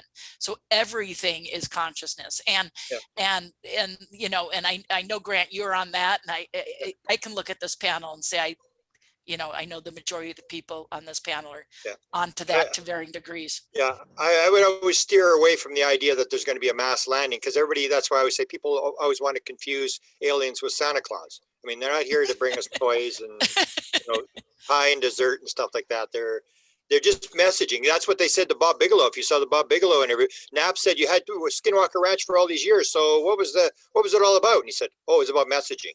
It was about gaming and messaging. That's what it was about. And that was his conclusion, that they're never going to interfere. They can't do that. Does everyone agree with that here, though? That Well, they're never. I think that they interfere, but under certain exceptions, do they interfere? I For mean, the nuclear weapons, yeah. with the nuclear weapons, Yeah. you know, they shut Yeah. off. Oh, the, yeah. But that's Oh, just it. If the nuclear weapons are so important, if they affect, you know, obviously the health of the earth and maybe even the galaxy or the universe, then why haven't they taken care of it? Human psychology. Well, it's a complicated. So I mean the so-called aliens, if it's that important, why haven't they taken care of it? Well, there's a reason. There is a good reason why they haven't taken care of it. And that's because think of us as adolescent children, and they are our parents. They are trying to show us the way to take responsibility for ourselves. And they're not the doting parents that are going to, you know, wave a magic wand and take care of all of our problems. You know, we have to deal with our own crap. And so they're not going to let us, you know, harm ourselves, you know, like with nuclear weapons, but they'll let us, you know, have a mess and learn some lessons through karmic, you know, through karma, the modus operandi of karma. We learn these tough lessons, but they're going to, you know, they're not here to take, you know, to solve all of our problems.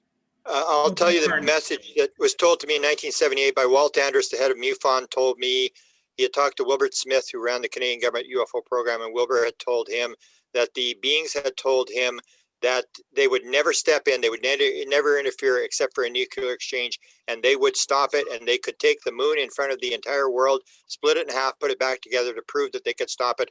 Other than that, they are going to allow the human race to stew in its own juices. That was the message the Canadians claim to have gotten. How does this all jive with like abductees and say my experience with the phenomenon? The thing scared the living shit out of me and all my friends, and then 20 years later, I get some weird psychological, but you get psychedelic trip that told me it saved me. Like that seems like intervention. We directly see this thing directly in front of us, scare us, and then 20 years later it tells me.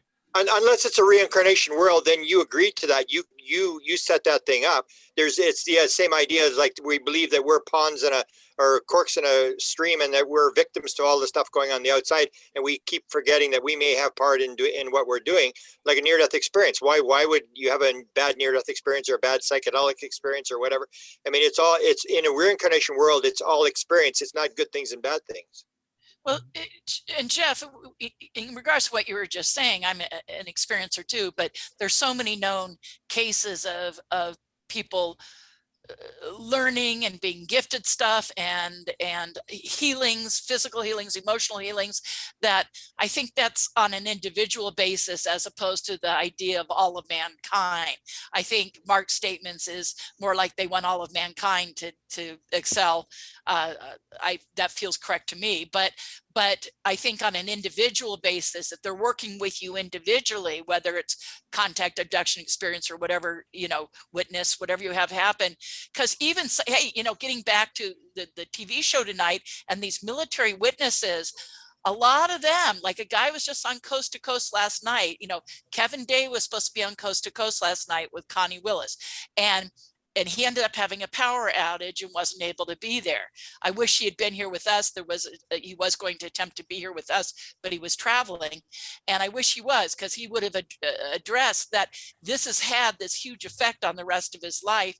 There's another guy who was a witness on the Princeton, and that guy has come forward, or not on the Princeton, on the Roosevelt. And that guy did go on Coast to Coast and talked about how this affected his whole life. And we've heard that from some of these other guys. I mean, when I helped host MegaCon and had them all come out in public and, you know, speak at the conference, so many of them, you know, I can say Gary Voorhees, and I mean, all of them, PJ, everyone, they had this greatly affect them in their life. And So I think on an individual basis, there's the individual experience you're having, and then the experience we have together as a planet. Anyways, that was a long explanation. Thanks for that. No, that makes sense. That makes sense. Can I ask though? I mean, I don't think I got an answer though. Is everyone in agreement that this phenomenon is all the same thing? Because I do hear so many conflicting statements about what's going on from so many power. I see Tom shaking his head no. Yeah. Well, we know that there are at least several groups involved in all this, and one or more are positive toward us, one or more are neutral, perhaps, and some may be very negative. So I don't. Sometimes we talk about this like it's a monolithic thing, and it's not. And then there's also levels of spirit and consciousness too, you know, so could it be, is some of it energetic? Is some of it a light phenomenon? Is some of it consciousness? Is some of it ETs, like Tom was just saying, that may be from multiple different places or have different agendas? I mean, I think yes to all that, you know. Let me quote Bashar when it comes to evil aliens. Linda Moulton Howe said, "Which race should we fear?" And he said, "You. We have met the enemy and he is us. We are the crazy people in the universe." And people, anybody has a negative ET, I say, when they drop the first atomic bomb, give me the petition, I might sign it. But until then, we've met the enemy and it is us. We are the ones that are making the mess here. I want to do a little arithmetic. So there are 1 trillion galaxies, and in every galaxy, there's 100 billion Earths, just like ours, approximately the same atmosphere, water, and chemistry. And to think there aren't billions of intelligent species throughout the universe is foolish. Yeah. The other thing I would bring up is, why would it be only one? Why would it be only one? That just seems to be the talk billions now. And billions. Especially when James Fox names it the phenomenon, and then you have to explain to every single person you walk into that it's not one.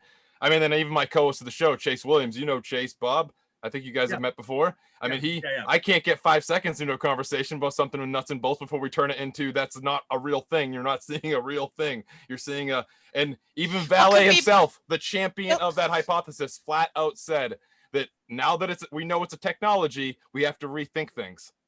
I mean, he said that himself in the last 5 lectures about the metamaterials. I mean, yeah, I mean, and everyone, you guys were asking why he's maybe back in this book. It's because this book's way more nuts and bolts than any other case he's covered in a long time, in my opinion. And the other thing I would point, I don't understand how you go from Passport to Magonia to Trinity. I don't understand how you get there. Well, and like I said a little while ago, if the third dimension, what we call the physical dimension, is actually a spiritual dimension, then all the other dimensions and levels of consciousness, you could say, are as physical as this, or we're as much consciousness and energy as they are. Both statements, both extremes would be accurate. So it can be physical and spiritual both, just like this is. You know, it's physical and spiritual both. Physical is a spiritual dimension. So when you go to that, could the technology be physical and yet be multidimensional in consciousness as well? Absolutely.